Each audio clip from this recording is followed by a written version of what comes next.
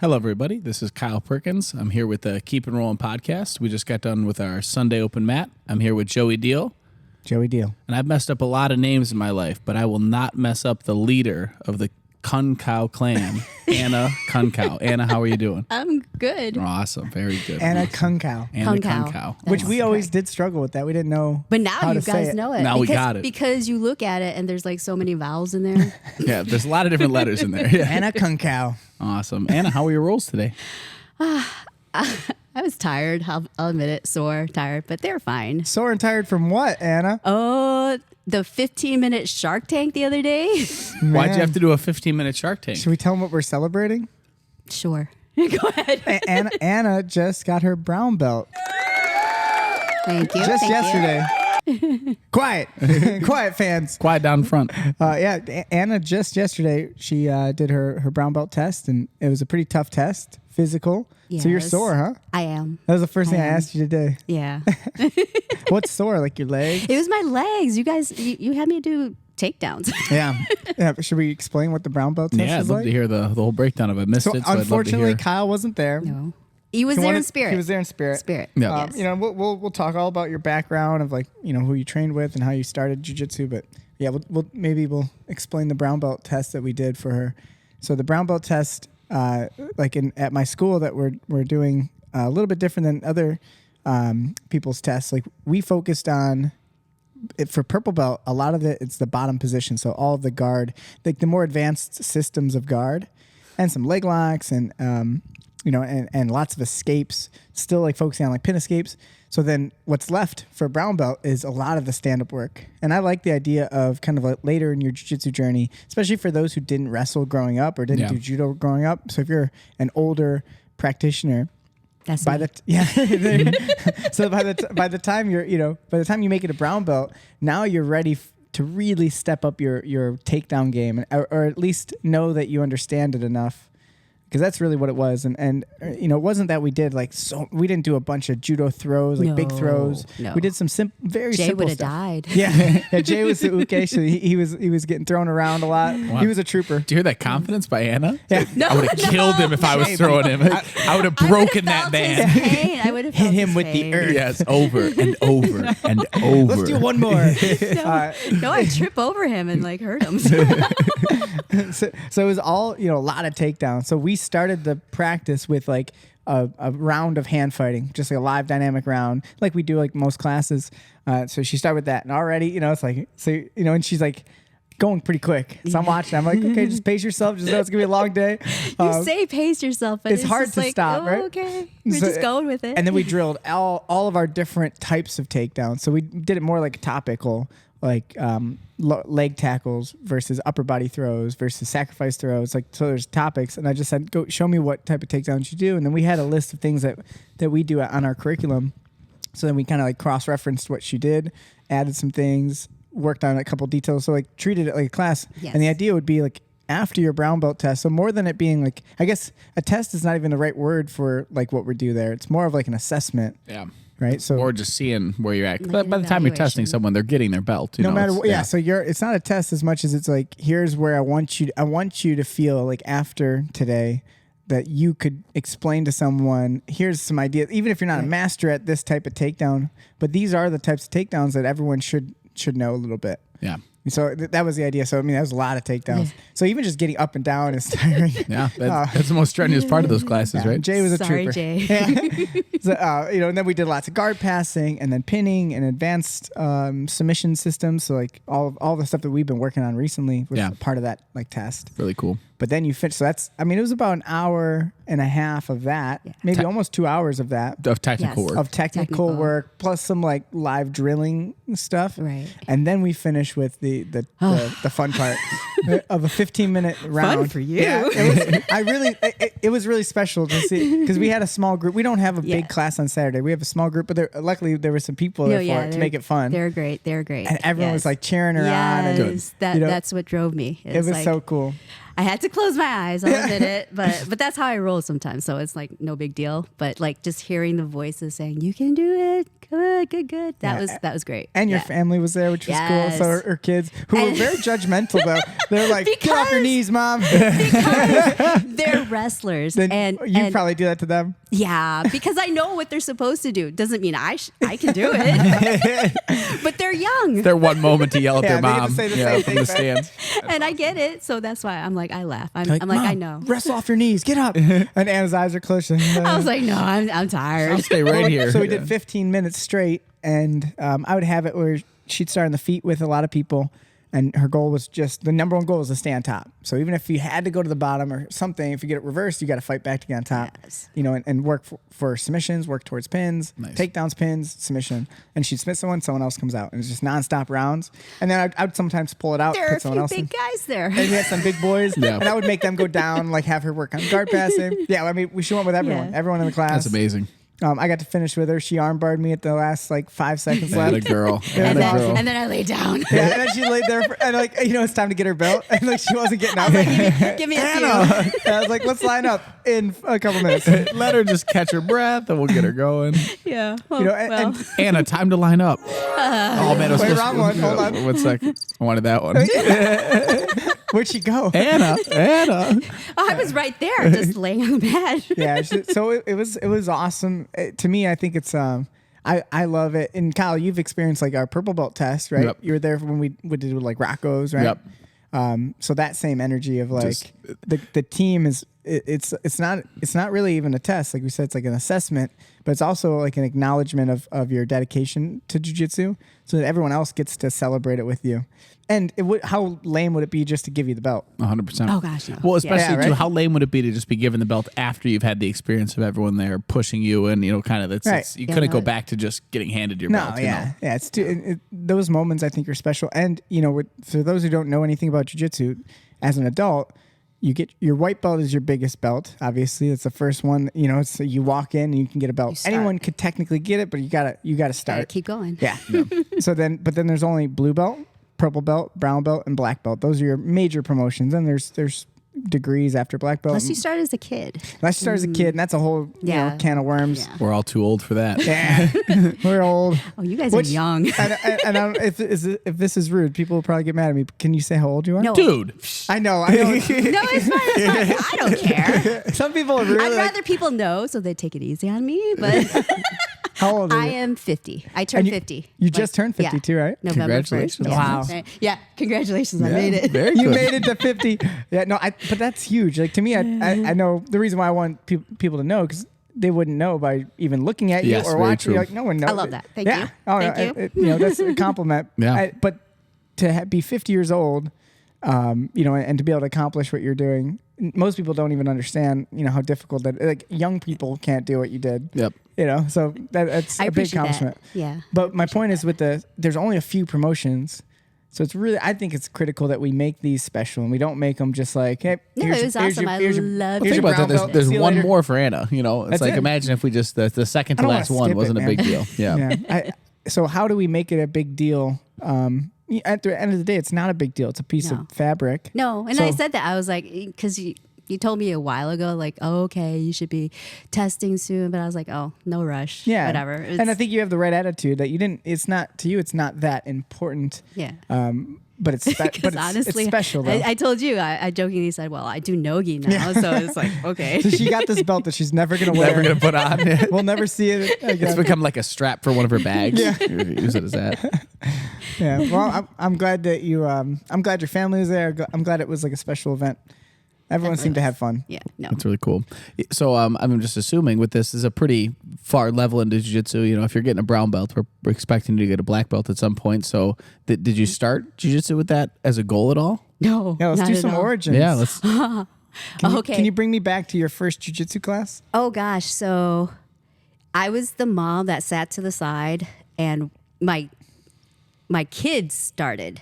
Well, Three kids. Well, so Ender, my oldest, he started off skinny. I'll go to this, but then he started putting on a little Ender? bit of weight. Stop. Just kidding. Andrew. He's We skinny love- now. You I know saw he him. is. Yeah, He he looks is. great. He's right back to honestly, skinny. He looks great. I was so happy to see him yesterday. He came in. He kind of like had a little strut, Yeah, just walking in. yeah. I was like, Andrew's so Yeah, good. Attaboy. I love him. So when he was like, what was it, 7 maybe? 7, 9, maybe 9. I forget how old. It's been so many years, but we had to get him in an activity because he was putting on some weight. What you say, 9 years old? Yeah, I could have been 9 years old. I think That's a good age. There's a lot of kids that get wide before they stretch out. Yes, you know, yes. that's like And this is a that was- common I never thing. did. That No? was Yeah. definitely him because like he started off skinny, but then all of a sudden he hit a certain age and it was like, oh, okay, they weren't doing enough stuff at school. So it's like, okay, we got to find him a different activity. Why jiu-jitsu? Or was it Okay, wrestling? so I was tricked. Honestly, They got you. I was tricked because It I was supposed to be chess. because no. So my husband was a wrestler and his brothers were wrestlers. And when I was dating my husband at the time, his brothers were like younger than him. So they were high school wrestlers. And I would see them cut weight to the point where they look like skeletons. And I'm like, oh, I don't want that for our kids. You know, that's kind of weird. Because back then, like, there weren't like certifications. It was like, okay, you're cutting to this weight. And you could do it healthy way, but most of the time you're not doing it a healthy way. So, but nowadays it's certification. So they monitor how much weight you lose per week, whatever, or what weight you can get down to. So, so I was like, at that time I was like, no wrestling. You know, I don't want him to have to cut weight, whatever. Okay. So Charlie, that's my husband, was like, oh, I found this thing. It's called Brazilian Jiu-Jitsu. He showed me videos, but it was like the Japanese version, So they're all whatever. like standing with a gi. Yeah, so it was like, okay, nothing. And then when I saw it, I was like, well, this kind of looks like wrestling. A little bit. It's not wrestling, It's honey. It's not, but it's like it had some aspects. And so I was like, oh, okay. Well, So Ender started doing jiu-jitsu before he wrestled? yes. Wow. I didn't know that. I thought he Yes. wrestled before. Yeah, with his, No. he's got his I passion for wrestling. He Yeah. loves Well, wrestling. now he's way into it. But he started off with jiu-jitsu and he was would've into thought? it. He did the striking and whatnot. So he was all into it. And so I was with the little ones because Grayson and Riley were still Well, in babies. strollers and Babies. stuff. So I was the mom to the side. I can't just wait to talk watching. about Riley. Oh, you love Riley. She's the best. He's hilarious. So I was off to the side and he was training for a while. And then the gym where we were at decided they saw the moms. They're like, oh, okay, why don't we have a women's only class during the time that the kids are training? So all us moms were like, oh, okay, we'll try it, whatever. Like how many moms? Like what was the size of that group? It was so small. It was like maybe 4 of us. Wow. It's perfect. But it started. That's it was, what we're trying That's to how do. you get them in, wasn't- right? Yeah. Yeah, but it wasn't even jujitsu or anything. It was striking because they kind of knew, like, oh, us women, we don't want to touch each other. Yeah. Well, no, it's hard at first. Yeah. It's like it's kind of a weird uncomfortable concept. thing. It's a weird concept, and I get that. But so striking was the way because it was a Muay Thai jujitsu. You gym. started at a place called Wrecking Ball, right? Yes, I did. Which the only reason I know that is because a lot of my amateur fights were like against people who Wrecking- trained at yeah. Wrecking Ball. Like I remember that so well. There's Yeah, I like remember this being a club. whole- You remember that? Yeah. Yeah. So that's where So I. it was more of a striking class that got you training martial arts first. They didn't label it that. It was just women's class, and they were gonna Women's like martial see, arts. see what we were comfortable with. Nice. Because once we Who started, was the teacher? Was it a woman? No. There's only one coach there at the time, but it was like, okay, so it was a big guy. And so he's like, okay, let's do this. And he was just feeling us out. And it was to a point where a lot of these moms weren't really interested in it. But then You could feel that? I committed to it. So I was like, okay. And I would get, I swear to God, I would get so nervous because it was only once a week. So I was like, okay. Big build up to it coming, and then every time you do it, I was like, oh gosh, okay, this is it, and let's see who shows up. But I was like, okay, I committed to doing this. Let me do it. And so, Well, and plus your kid was there. I'm sure that helped. Yeah. Yes, The fact that no. you're like, hey, I'm gonna be there. but I could have still been like the mom, like, oh, okay, well, this ain't my Yeah. thing. Yep. I'll go sit off to the side It's very again. easy to do that. Yeah. So, but I was like, no, okay, let me keep doing this. It's kind of fun, but I don't know what I'm doing. And if I think I went back and saw old videos, I'm like, oh, good Lord. It's funny. It's funny, but and it's that's like, something I okay. suggest too. If anyone's kind of like listening to this who's like just starting training or is thinking about starting training, is to record yourself a lot when you first and start. you can see the improvement. at any Oh, progress boy. you're making, like physically, right? People who do, you'll see people all the time with like lifting videos, or they Yeah. take a picture of themselves and they're I think changed. it's so and, cool. Yeah, you'll If I definitely could, see. because I have nothing. I have zero images or videos of me as a white belt training Okay. jiu-jitsu at all. Well, I hardly have any video, but I wish I had something. It would be cool to be able to a little go back. bit, right? Yeah, just. But that's cool. Oh, and plus I was overweight, so. Well, you just had 2 kids. You had 2. The three babies. Ender was grown, And Riley was probably still a little baby. But I mean, it was weight that I should have lost, And that's but I just something never did. Kyle and I really have no experience talking No. about, and probably shouldn't talk about. But I can't imagine what it would be like to, you have your child, especially you have 3 kids. You're on your 3rd baby. Now it's like to try to get back into shape. Well, quote it's unquote. bad because like growing up, I didn't have that issue. I guess I had the metabolism. You where bounce back quicker? I wasn't into sports or anything. But you were just healthy. I was just, I don't know if I was healthy. I was just skinny. You were skinny. Okay. Yeah. I don't know. No, I mean it's. You're running my gamut. Yeah. Yeah, Kyle. Wait, I'm the one with the candy over here. This is your candy. These things on the sure. table. It's Joey's. Yeah, it's mine. Yeah, I already ate mine. But it is interesting because I think a lot of, and not just women, but mostly women, if they're not super athletic, like Right. they don't do a lot of sports, I they get- just naturally they feel skinny. But then they have kids, and like then so it your life changes. Yeah, your body changes. Like you think you give birth, all of it's gonna come off. Like right back to normal. No, yeah.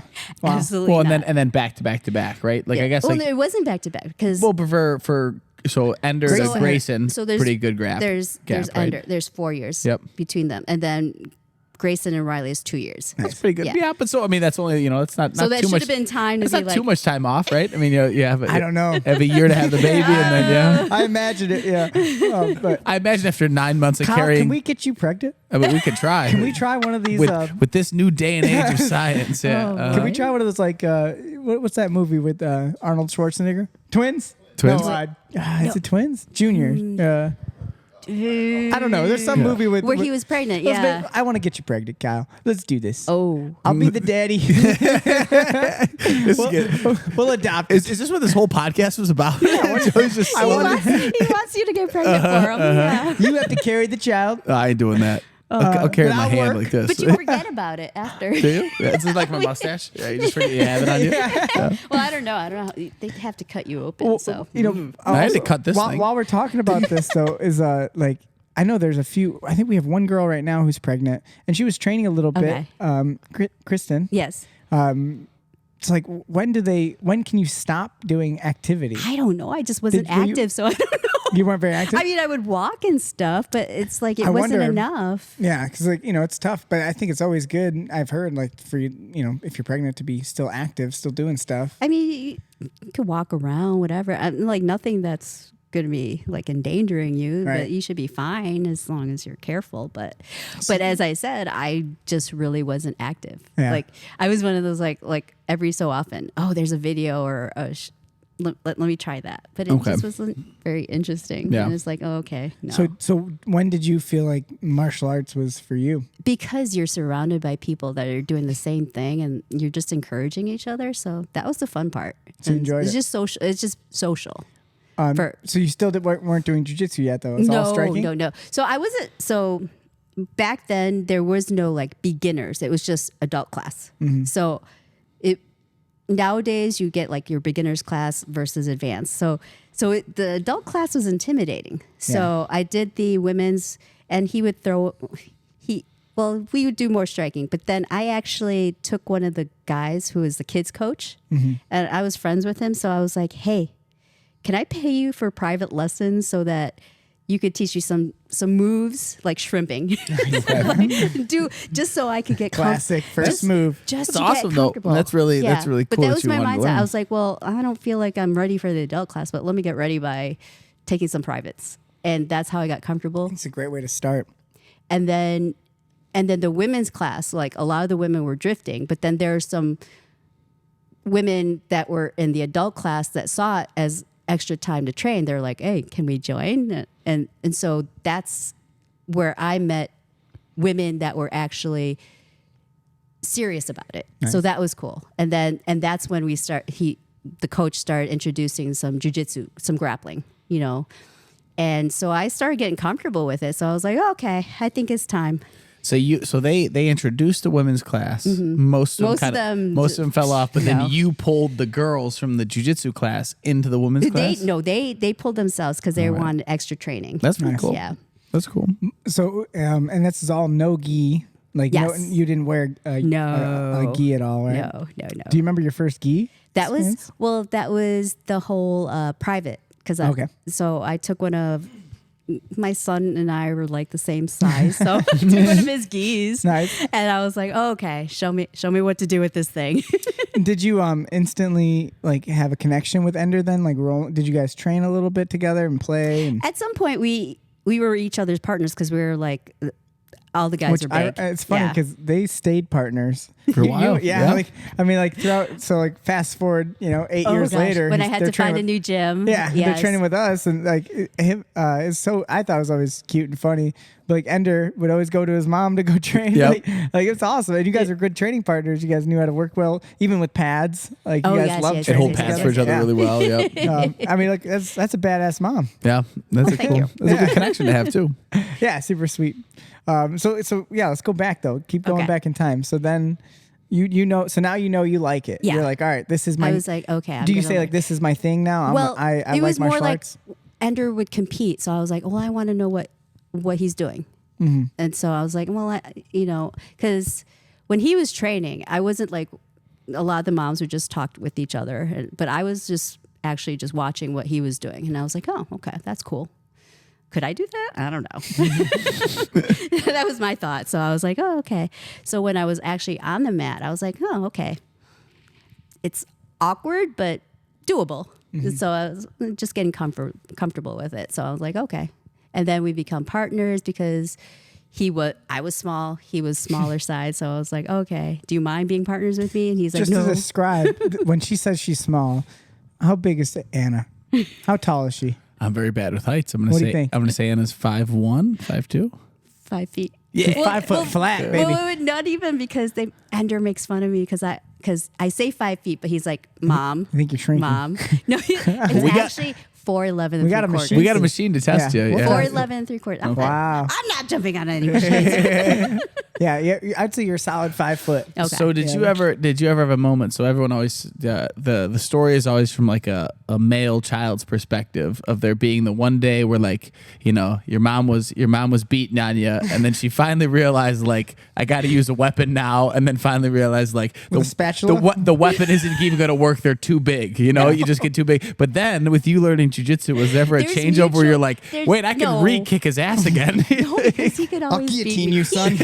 Ender's pretty good. But he was still kind of a kid, and No, but I always respected what he learned. So it's like, okay. So I was more like, okay, Ender, teach me. That's funny. awesome. So And luckily you had there's mutual respect. Luckily you had good kids too. Yeah. Yeah, You you didn't raised have good to kids. beat them. They Very were very respectful. good kids. Really respectful, good kids. So you didn't need to have that spatula talk with them.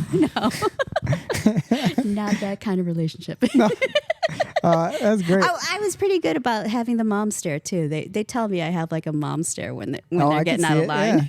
Give me the evil eye.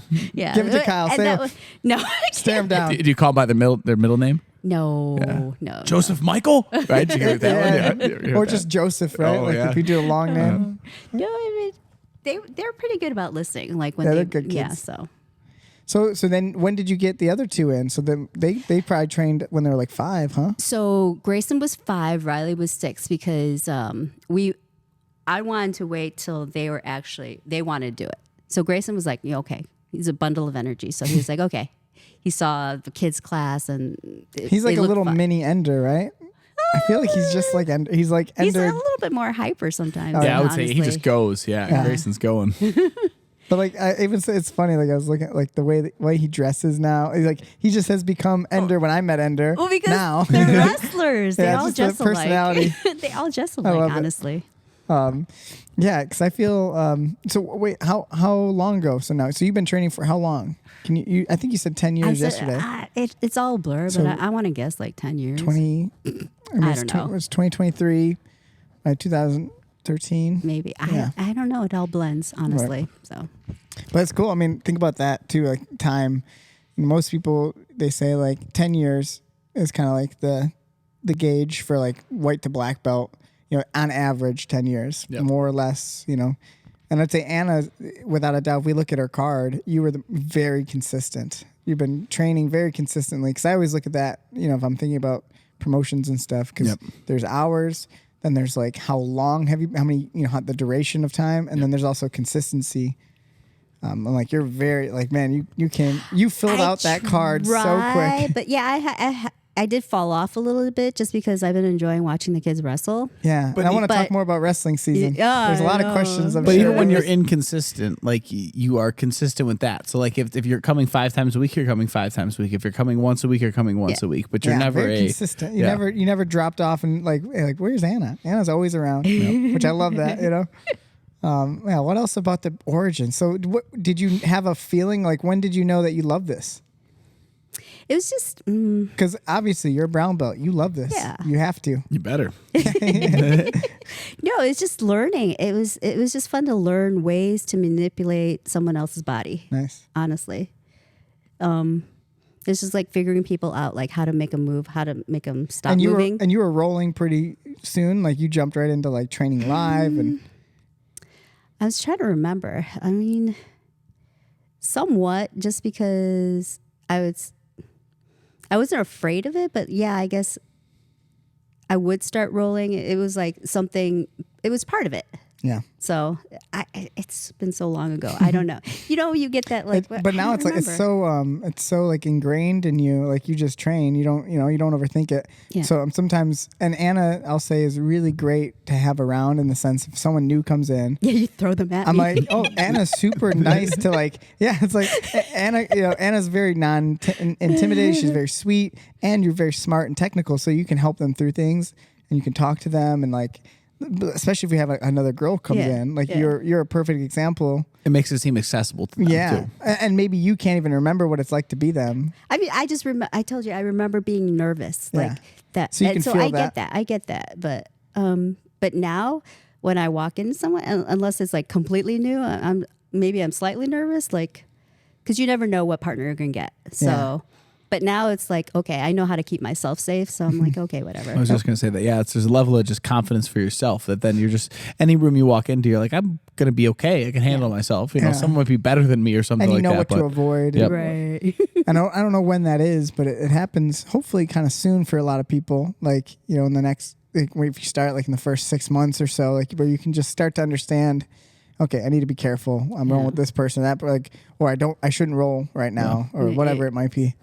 After years of injuries, no. Yeah, various injuries. Usually it has to be, learned the hard way, but hopefully we can learn it quicker and more intelligent. Yeah, because you've had some pretty. I remember you hurt your knee pretty bad once. You hurt your ankle, ribs. I've had ribs, but you get over it. Yeah, you had a real. Yeah, do you remember that, Joey, when Anna hurt her knee? Anna was doing.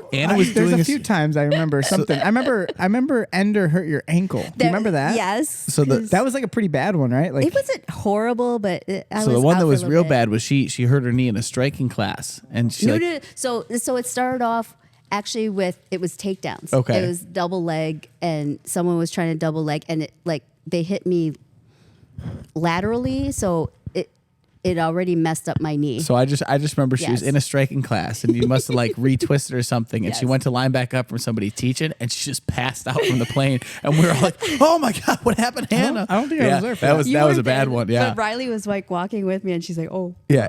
She just went like to line back up, and Riley was standing next to her. She just went down, and we all like, "Whoa!" Her knee gave out. Well, no, she was in so much pain. She like got back up and like got lightheaded from it. I feel like like the blood rushes out of my head to wherever I injure it, and then it's like, okay, I'm wow. That seems like a design flaw. I stood up too fast. Yeah. It was like one of those kind of. Yeah, that was scary. Yeah. So, I don't remember. I remember. I think he did like an ankle lock to you or something, right? Ender, or you? No, he just like hopped in, and my foot was planted. I was stuck. And and it's just bad. I remember that being like your ankle was a little messed up, and then And then I think you hurt your knee one more time with Tim. Probably. Remember Tim? Yeah, like, it was just right kinda twisted before, himself. like I was supposed to help with the women's class Yeah. or something or other, or seminar, and I was like, oh crap. But I was messaging you like, I'll be okay. Yeah, I was so I felt so bad. Man. I mean, this is, the reality is we are, as safe as it is, it's still combat happens. sports. Yeah. There's going to be these little tweaks and little injuries and, how you deal with them. But a lot of it's like you learn so much about yourself and your body Yeah, you gotta by adjust. dealing with injuries. Yeah, I mean, and you had a really good run where like, yeah, you wouldn't roll as much, but you would still come to class and Yeah. do, and then now You have just to. You you gotta- flow right back into it where you're back to rolling, and it's just you don't let it ever discourage you a little bit. I mean, you learn to adjust your movements, keep yourself safe. I mean, there's always the tap. Yeah, that's a big part of it. And most injuries are so preventable and so avoidable. Like the big ones, a Yeah. lot of them are so avoidable. And then there's the little stuff that just it's part of being a human. Yeah. I mean, you really can't avoid there's one way to avoid every injury, and that's to live the most boring life Oh God, ever. Yep. can't do that. Have you heard of the bubble boy? Yeah. Can't do You could that. bubble boy yourself if you wanted to. Put me in a closet, baby. Yeah, and then you'll never get hurt. Yep. But you. But you would be John Kyle, Travolta. come out of the closet. Bubble boy. Oh man. Just Yep. get out of Classic. the closet. So, hey, she hit you with the Yeah, that joke was a right good there, one, yeah. Kyle. Yeah. So yesterday you got your brown belt. Yes. Do you feel that sense of was there like a relief of like this is nice? Just getting, I have anxiety when it comes to tests. I'll be Yeah. honest. So I'm just like, okay. So it was nice to get it done with. Yeah. So I was like, okay. nice. A little, I get to exhale it and was be so, like, it was okay. so much fun. And today, so we should finish up with today. Okay. Because usually we like to talk about like your rounds. Mm-hmm. Now that you're a brown belt, Yes. what was is there anything in your jiu-jitsu game that you're focusing on right now? Like when you're rolling, or do you just kind of open roll and I don't just kind of overthink overthink about it? I unless it's like something you've brought up in during the week, I don't. I just go with it. Mm-hmm. I feel out how the other person is rolling to kind of see what they're going for, Mm-hmm. and then I just try to work around that and see their movement because I don't overthink it. Nice. It's a smart thing to do. I think sometimes we get bogged down by trying to be too like analytical I mean, and too. sometimes there is like, oh, okay, well, Joey taught this Something like I a couple wanna of work weeks on. ago. Let me see if I can hit it. But otherwise, it's like, oh, okay, whatever happens, happens. And I think there's a huge benefit to like the flow roll concept. Yeah, be of, like, playful. you Yeah. know? Yeah, because and at the same time, like for a competitor, and we'll say that you're not a competitor. No. Did you ever do a competition? Once as a white belt, Let's- not let's- my favorite thing. Can you give us some? Yeah, give us a rundown. How'd it go? No, it was just so. As a white belt, As a white belt, I was still like, there weren't a lot of women. Okay, let's get that out there at that time. And the women that were there, they were young, very energetic. Not my speed. No, not at all. so everyone And was going crazy. Yeah, well, they're not crazy, but they were like, I was like, I think I had 0 stripes on my belt when I did it. And all of these had like 3 stripes on their belts. So they're close to blue belt already. And so I'm just like, oh, crap. See? So- Did you get a little steamrolled? A little bit. And it was fine. But I just had the anxiety, cotton mouth. And I was just like, wow, this doesn't really feel like my thing. That's funny to hear now because like the whole time I've known you, I would think if you would do a competition, you do very well. But like some people just competing's not for them. Performance Yeah, anxiety, right? No. Well, especially when you're brand new. yeah. So you didn't really get that chance to, like I think it's a shame. It's sad that you didn't get to try it again as the 4-stripe white belt versus the one, being the one that's brand new. But it's just like, I was like, I did not like that feeling of anxiety. So my kids love to compete, and so I'm like happy being a cheerleader. And that's why I stuck with it because I'm like, I want to know what they're doing. If there's anything I can say to them to fix up their game, I'm like, okay, cool. But I say that you can say a lot more because you've at least experienced it, even if it wasn't fun for you. But it's so much better that you did that versus the mom who never did, or the dad who never did, or and then you're trying to tell your kids like, hey, come on, you can do it. Like, Well, that's why I laughed at yesterday. They're like, get to your feet. Yeah. Well, you can see that, and you guys, like if you're in the stands and you're expressing emotion for things, which honestly you're not, part of being a good parenting, in sporting events is not being so exuberant when you're out there and making a big deal. But don't yell a lot. At least when you're like saying things, they're actually knowledgeable. Yeah. I can't tell you how many just parents are just do it, go, Oh my just gosh. yelling things. It's just Stand up, just stand and up. it's very inappropriate sometimes. It's There's very few It things. bothers me as a parent Yeah. to hear that, and so I'm just like, oh, your poor kid. yeah. There's very few things in the entire world that really, really bother me. There's a few things in life, but this is one of them. Is a parent who has never ever competed in the activity that Well, that's they're why I said trying to I wanted to parent know coach. what they're going Well, through. I think even the worst a little bit is like you bleacher said, talk. the ones that have never done it. But the worst is even like the dad who like played like maybe in their high school team and was the worst He was like a player, third stringer. But then now But he's the going kids like, don't know that. well, yeah, my kid doesn't. To my kid, I'm Michael Vick, so I'm coaching this team, and now they're out there telling him what to do. And it's like, John, you don't know football. You know Yeah, what an armbar is, John. Stop telling your kid to armbar. And there's a lot of that, I think in that story, there's a lot of like where they're living through their kid. yes. It's like their kid has the potential in their eyes. I was you, He's man. gonna fix what I messed not- up. yeah. No. You can do That's it. why I'm the total cheerleader. I'm just like, okay, And go. you're a great coach mom. You're very thank you. good. You don't you don't over speak to them or like make them feel bad. Like you'll give them critiques afterwards, but not right away where they feel like let them have their little Yeah. moment. And I've seen you in that role. And it's it's not an easy role. I think a lot of parents really struggle with that. Yeah. If anyone's listening who's a dad who's who's just Yikes. like they can't bite their tongue. They have to be like, "What are you doing?" Like, the kid's crying, and you're like, "Well, you just gotta keep your head up." I told you not to do that. I told you not to lose. And I'm sure Jay probably knows too from a baseball standpoint.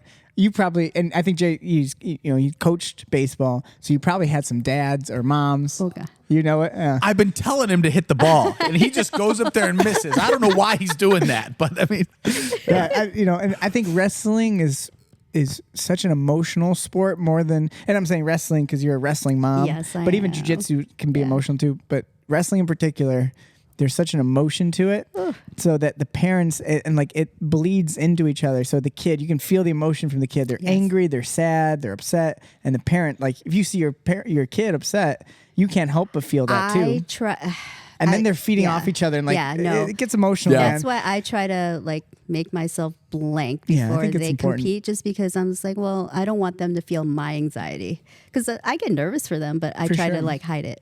And you just want to know, like, you want to show that you care about them. Yeah, no. That's the only thing that needs to be Yeah. shown at that particular time. And then like later, and it could be the next day, Yeah. it could be whatever. But then you can say, here is my concern, like as a parent coach, because like you're someone who does the activity. right. You can then here's my 2 cents on it. Yeah. But it's the dad who has to like after the mat. Hey, let me show you. Here's a headlock. Like come on, give him a moment. yeah, let them process their emotions. I don't want anyone near me when I lose. It's tough. It can be tough, and Yep. I don't want to say I have all the right answers on that, but there's definitely some simple science to how can you make that exchange a little bit more beneficial, for little more healthy, for right? both of you, not Yeah. just for the kid. Well, because I know I don't like I want to know what I'm doing wrong, but I don't want to hear it like in a Yeah, harsh way. So I'm No, just like, oh, okay. and it's like I think a lot of parents. I think it's more popular now. A lot of parents know that it's really not the right thing to do. You shouldn't be a parent and a coach. So most good parent coach, Which is funny because they'll let someone else coach the kids. Yep. because Ender Yeah. is coaches to both of His kids. I mean, their it's like his siblings. kids. No. So He treats them like his babies. yes, he does. But I He's mean, the it big kind of brother. works. They listen to him, so I'm like, okay. Yeah, and Ender's got a really good coaching mentality. He's Yeah. like kind of got that energy. he wants them because he wants them to have fun. Yeah, He I shouldn't- I really believe Yeah. in Ender as a coach. I think he could be an amazing coach. Well, as well because he does the work too out there with them. He's Yes. training there with them and Yes. stuff too. So it's And he easy to does respect so what much he's telling video to him. study. I mean, so there was much. he was helping out with kids here for jiu-jitsu. Oh, he loved And that, he yeah. just has a really good energy with kids, like little kids too. I think Yes, he'd yes. be really good. Oh, he loves coaching little kids. Yeah, and he's got that kind of mentality Yeah. for coaching. I Well, think he he'd be tries to great. because he's got the mentality because he grew up with it, so he Yeah. knows like you have to have fun with it. Otherwise, He won't stick around. why do it? honestly. There's so many rough times. You know, you have to make it fun. You know, Absolutely. And the same goes for Same adults. for adults. Yeah. No, Without a doubt. If That's why I try so hard to make Anna have fun. No, if anyone works with me, everybody knows I make funny noises. Yeah. Yeah. Little- She's like this machine. Press a button. This is Anna every time you touch her shoulder. Every time you leg lock her. Oh, Lordy. What is it? Yeah, no leg locks. And everyone's like, wow. Yeah. So, stupid. Yeah, no, I think it's important, even for the adults. And like for myself, even being, so you obviously, I was kind of mentioning that you're like what we would call, and I say this respectfully, but a hobbyist. Yes. So you're not a competitor, right? If we put those, a hobbyist just sounds, I don't know if that's like a mean way to say it. I don't think it Is there a is. better way to it's say it? mean. Like it's a hobby. Like you enjoy jiu-jitsu for the game of it. I think if anybody's looking to be offended by someone, they could be offended by anything. So you know, I don't know if I don't know if people are offended by that or not. And maybe I'm not. there's a better there might be a better term. It's a good Like, hobby. You have a competitor, and then you have like I'll the put it people like who this: just if you're train. offended by it, you're probably a hobbyist. Loser. Wah, wah. Yeah, so like the hobbyist side of it, it's like, you know, it's easy for us to forget, because me and Kyle are competitive, like we Right. train. And I But, love like, that. I love watching you guys. Yeah, but and I think if you really are enjoying it, like you enjoy being a part of the competitor's journey, so you'll go roll with them, help Right. out, and you've been awesome. You're a great partner. I love rolling with thank you. Yeah. So it's like competitors sometimes have a hard time enjoying jiu-jitsu. Eventually they get burnt out because you're just always stressing. I can feel that from some people who train for competitions.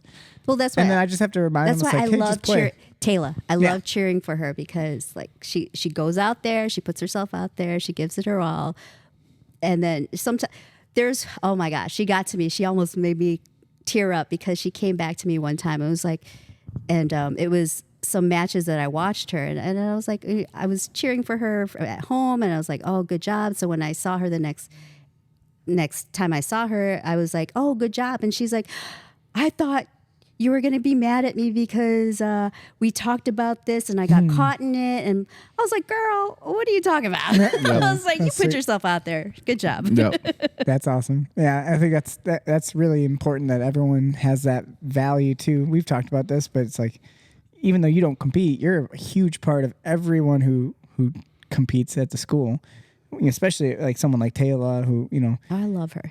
She'll ask questions. I love that. Oh yeah, and she's trying. You know, that's for me, like competing is just a journey of trying to figure out how this stuff works more. Well, I think that's what I've always loved puzzles. So jiu-jitsu it's mental. So I love that puzzle. It's like the ultimate physical puzzle. Figuring people out. Like, how do I beat this person? We get to practice the puzzles here, and then you can practice the puzzles under pressure. Under pressure, yeah. You know, in competitive areas, but you know, and you can put pressure on yourself in training too. You know, that's all. Yeah, the competition is just that.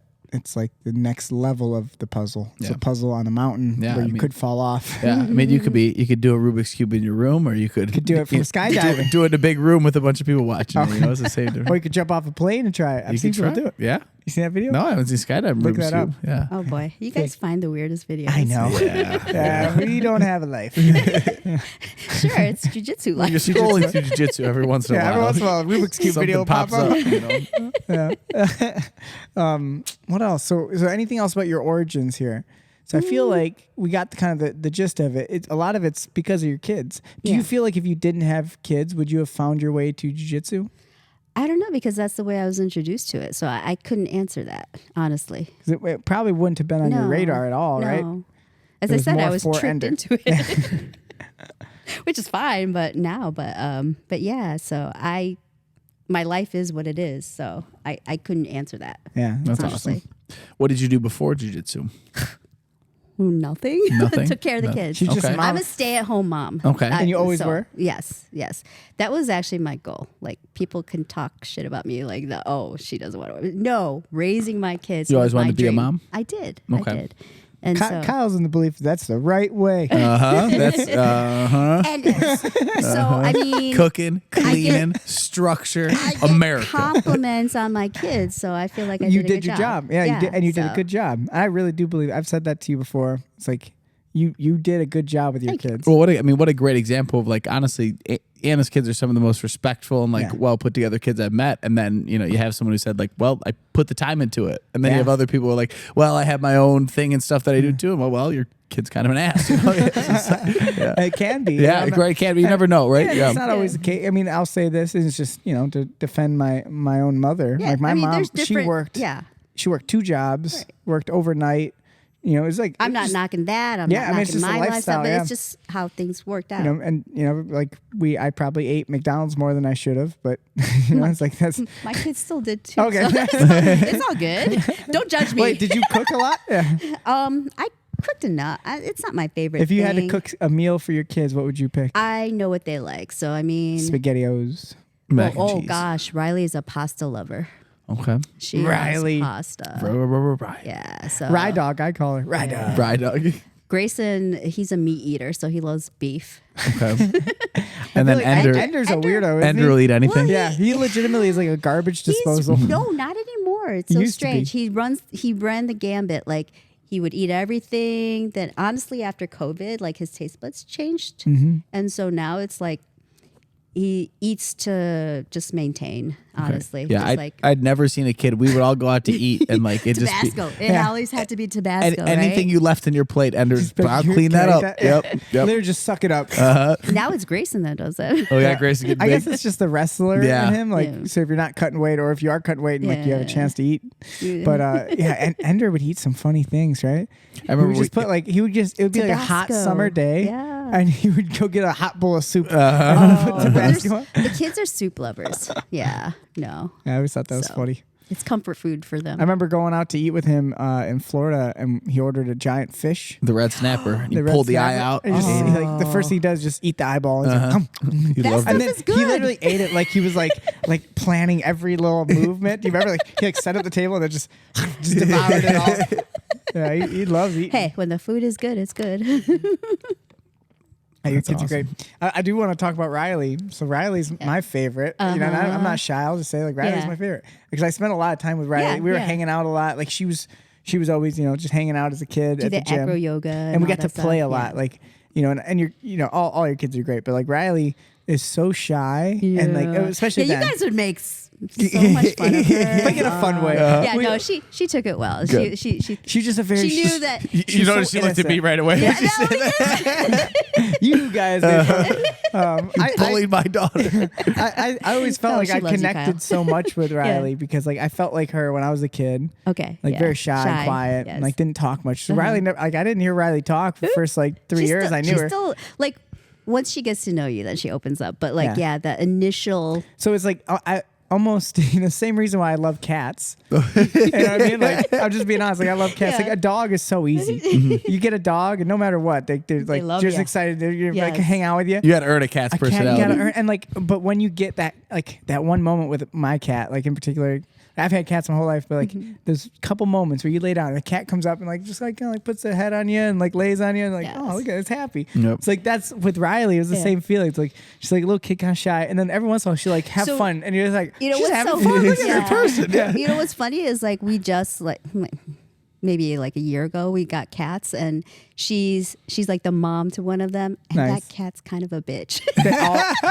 All cats the are boy bitches. one. No, the boy one. He's Boys cool. are cool. He's cool. Yeah, He's cool. females are hunters, so like Yeah. they're bitchy.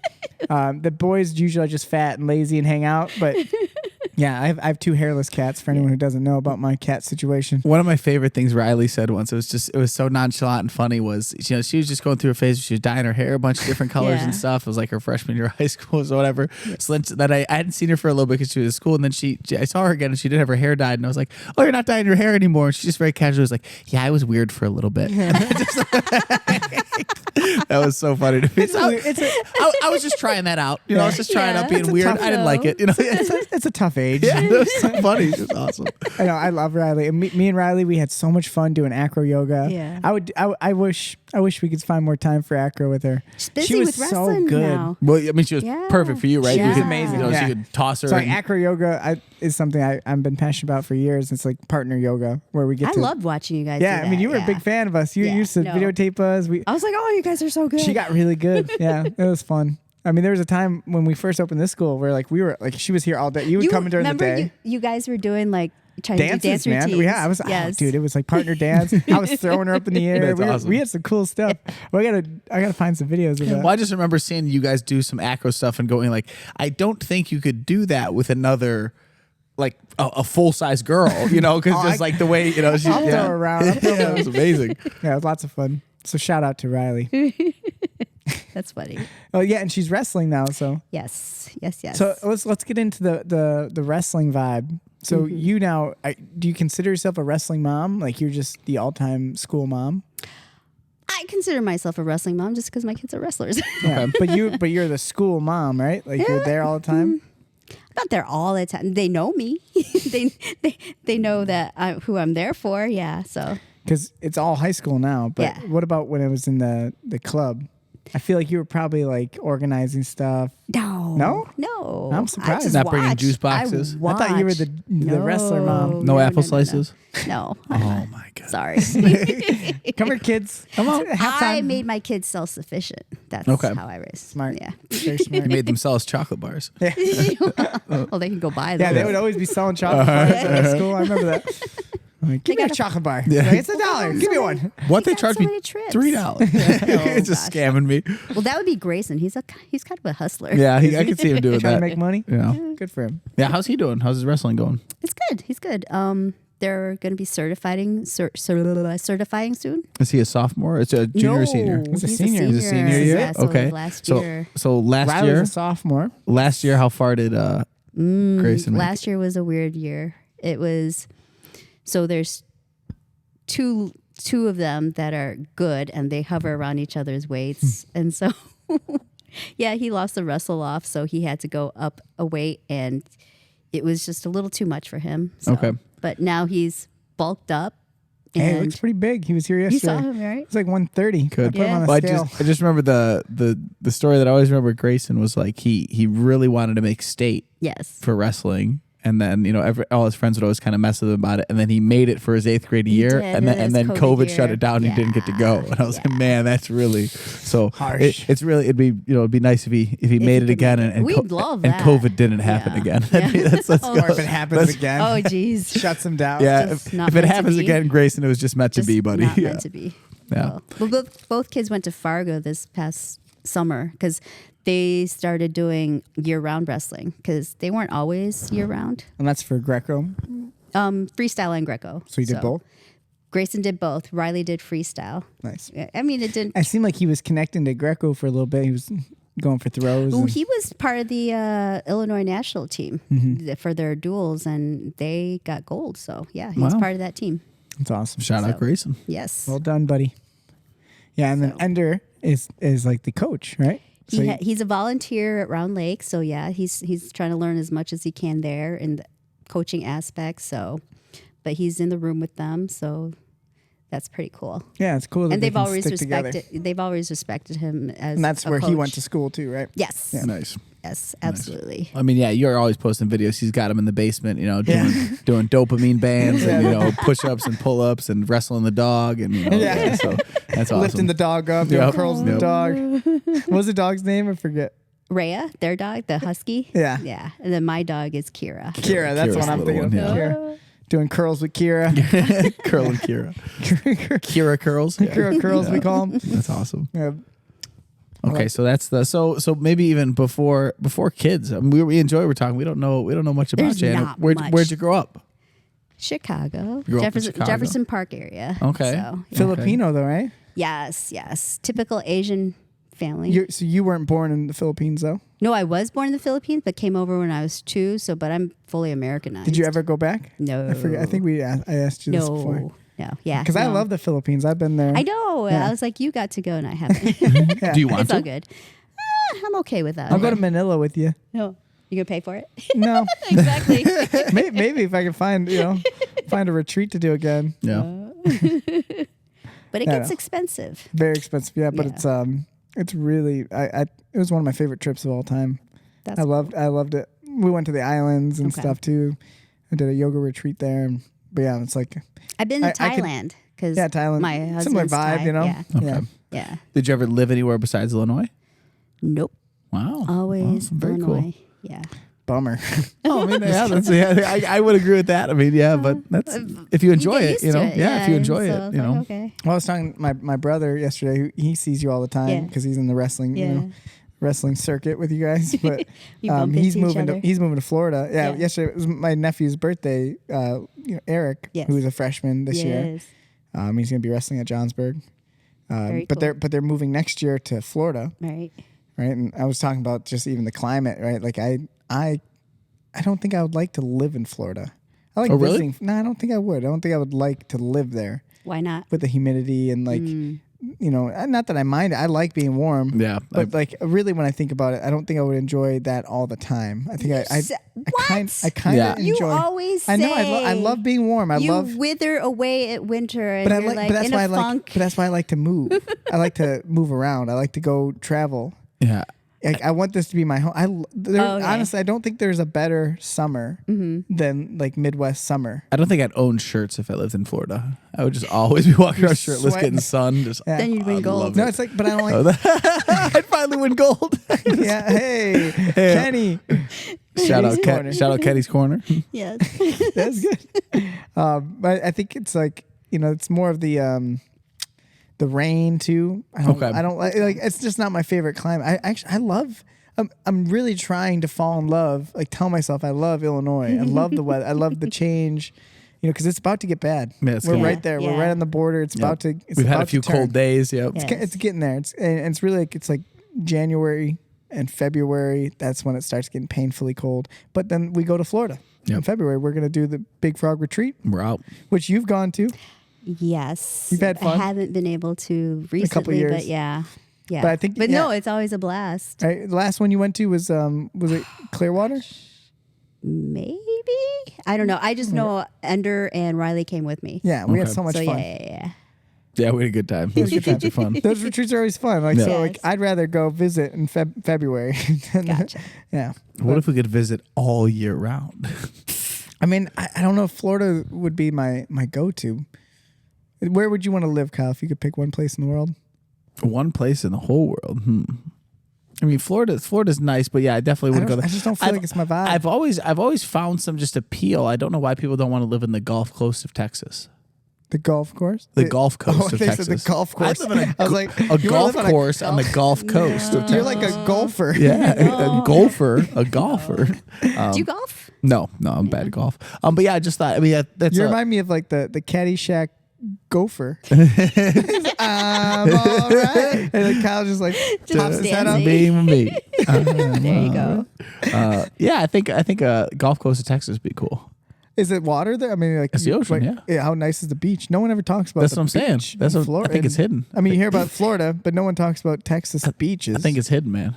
I bet it's all rocks. Probably a bunch of like gun shells. And Take stuff. me into the rocks, baby. Yeah. Yeah. Yeah. I mean, like Australia would probably be cool. Texas is like the most They have popular weird right now. creatures. Only in very few spots. Are you sure? Yeah. So the I've whole. seen videos of those spiders. Yeah. So like all Everything's trying to kill you. the crocodiles live in like one area, Okay. and then the entire middle is full. I'm of sure they bunch of- wander though. Yeah, a little bit, but they're mostly in one like little area, and then They don't move. most all the dangerous animals live in the middle. Okay. So if as long as you don't avoid go to the middle, you're good. You stay on the edge. I don't Brisbane? know. Yeah, Brisbane's on the edge. All the major cities are on the edge. No one lives in the middle except for serial killers. And yeah, like the indigenous. Yeah. I bet there's a bunch of tribes. Yeah, not a bunch. I bet there's a few. They took care of that. Oh. The Australians took care of that. Yeah, yeah. Yeah, no. I I don't mean, know. Australia. Yeah, I was supposed to go there back. COVID ruined that too.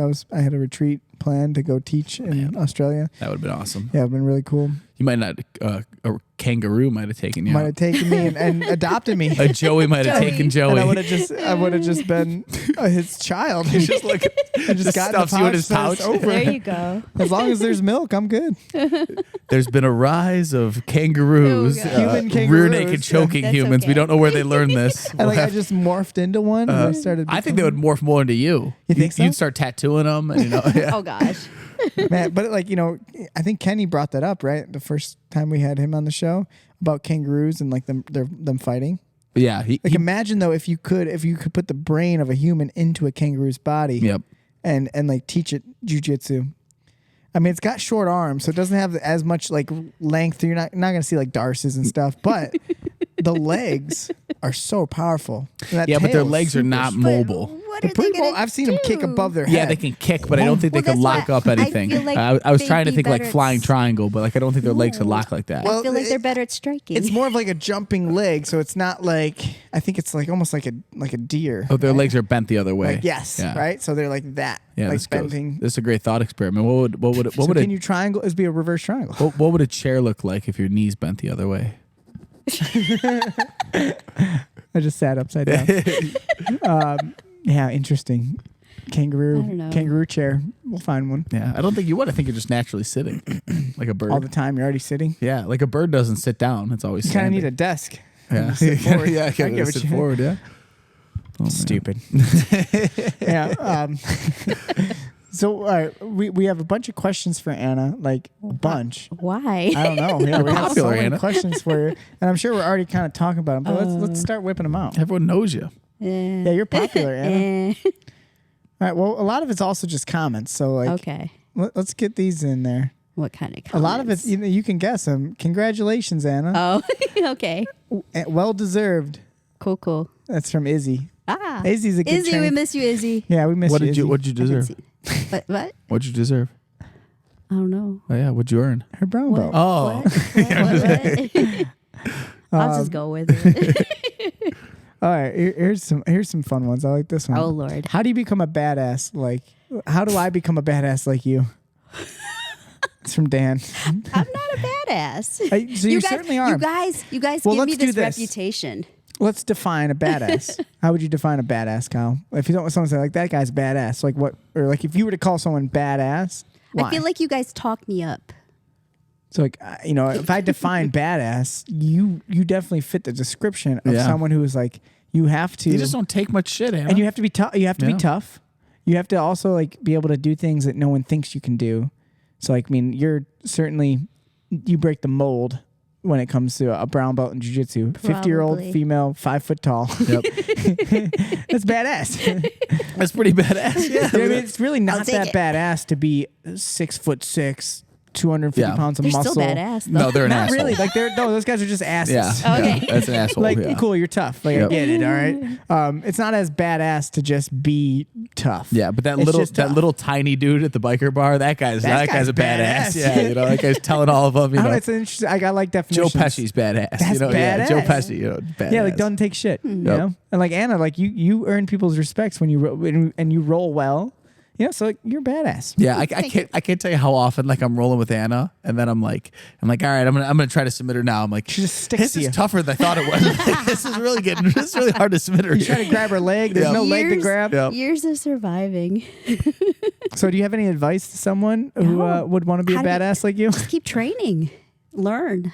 Keep showing up. Yeah, absolutely. Show up. Well, this would be just to piggyback on. Do you feel like you already mentioned Taylor a little Okay. bit, Yes. but do you feel like you've taken on any of those like mentory, relationships, like as a mentor? Because I feel like you are a lot of people, and I think someone else said that. I think Katie said that you're like her Katie. role. I love You're her role Katie. model.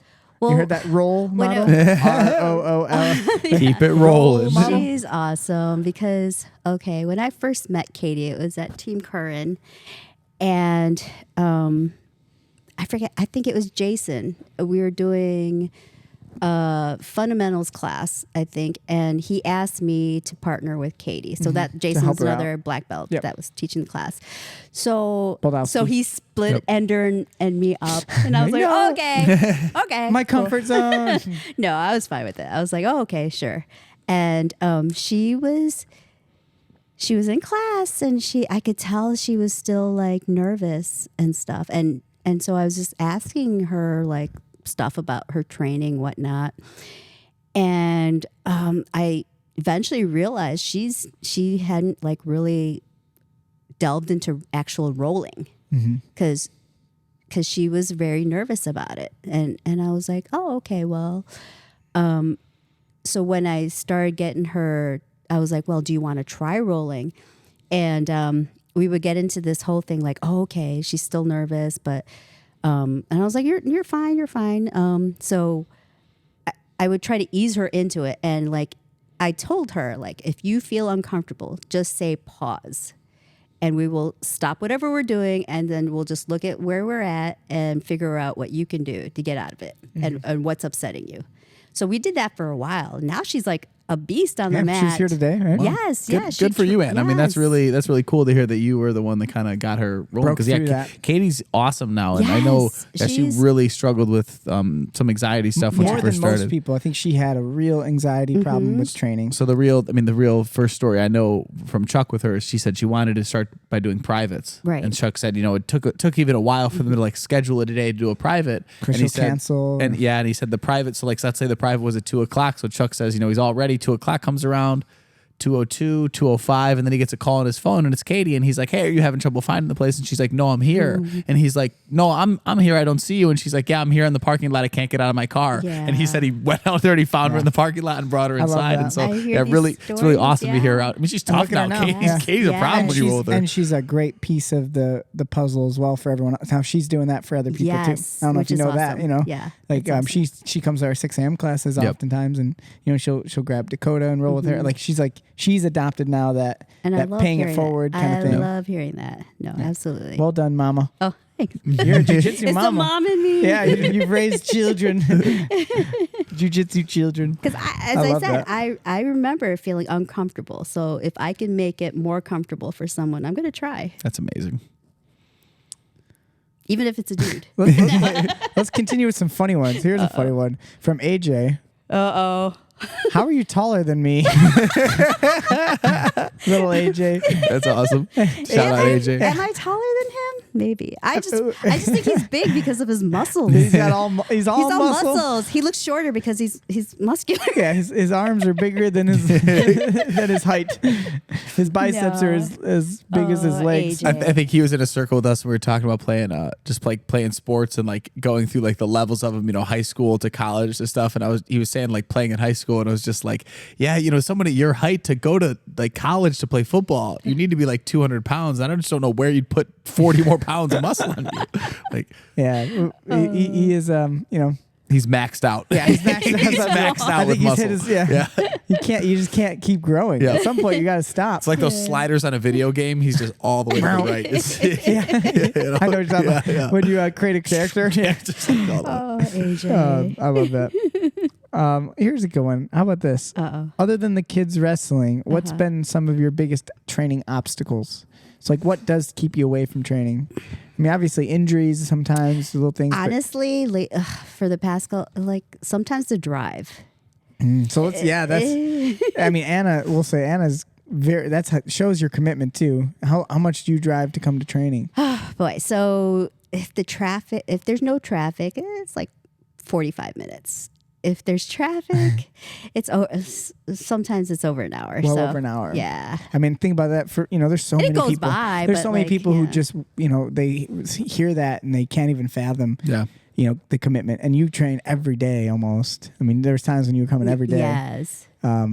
It's to the point where when we first opened the school, you would come in the morning, and we'd go get lunch together. Yeah, we'd hang that way out. you can stick around and train at night. Yep. So you just have to leave, right? Yeah. I mean, those are some of my because favorite. gas prices were crazy. That's some of my favorite memories, though. Like, I love that was a big part of the school when we first started because we didn't have many students. Right. You were like one of 5. Well, that's when Riley would come hang out too. Riley, and we'd come play. Yoga. And I always, I made it I was so determined to make it comfortable environment and have you guys have fun and take you guys to lunch and like, don't leave. Come on, stay with me. I need someone to train with. Oh boy. But yeah, so that's a big obstacle. The convenience factor is something hard to explain. But when you for find people. like coaches that you love, it's like it's not a big deal. But sometimes there are days where it's like, oh boy, it's a long drive. I mean, it's one of those things that like that's why being such a welcoming and good instructor is very important because that people you can't change that. I mean, you can't make a gym that's close to everybody. Right. No. So you have to then provide the other thing. I take good pride in the fact that like I'll never ever, no matter how many people are here, I'll always do the best job I possibly can do so that I know that if it connects to you that you're willing to then make the drive because there's gonna be value. And I know there's times you've trained jiu-jitsu long enough where you've probably gone to a class. It's not to say anything bad.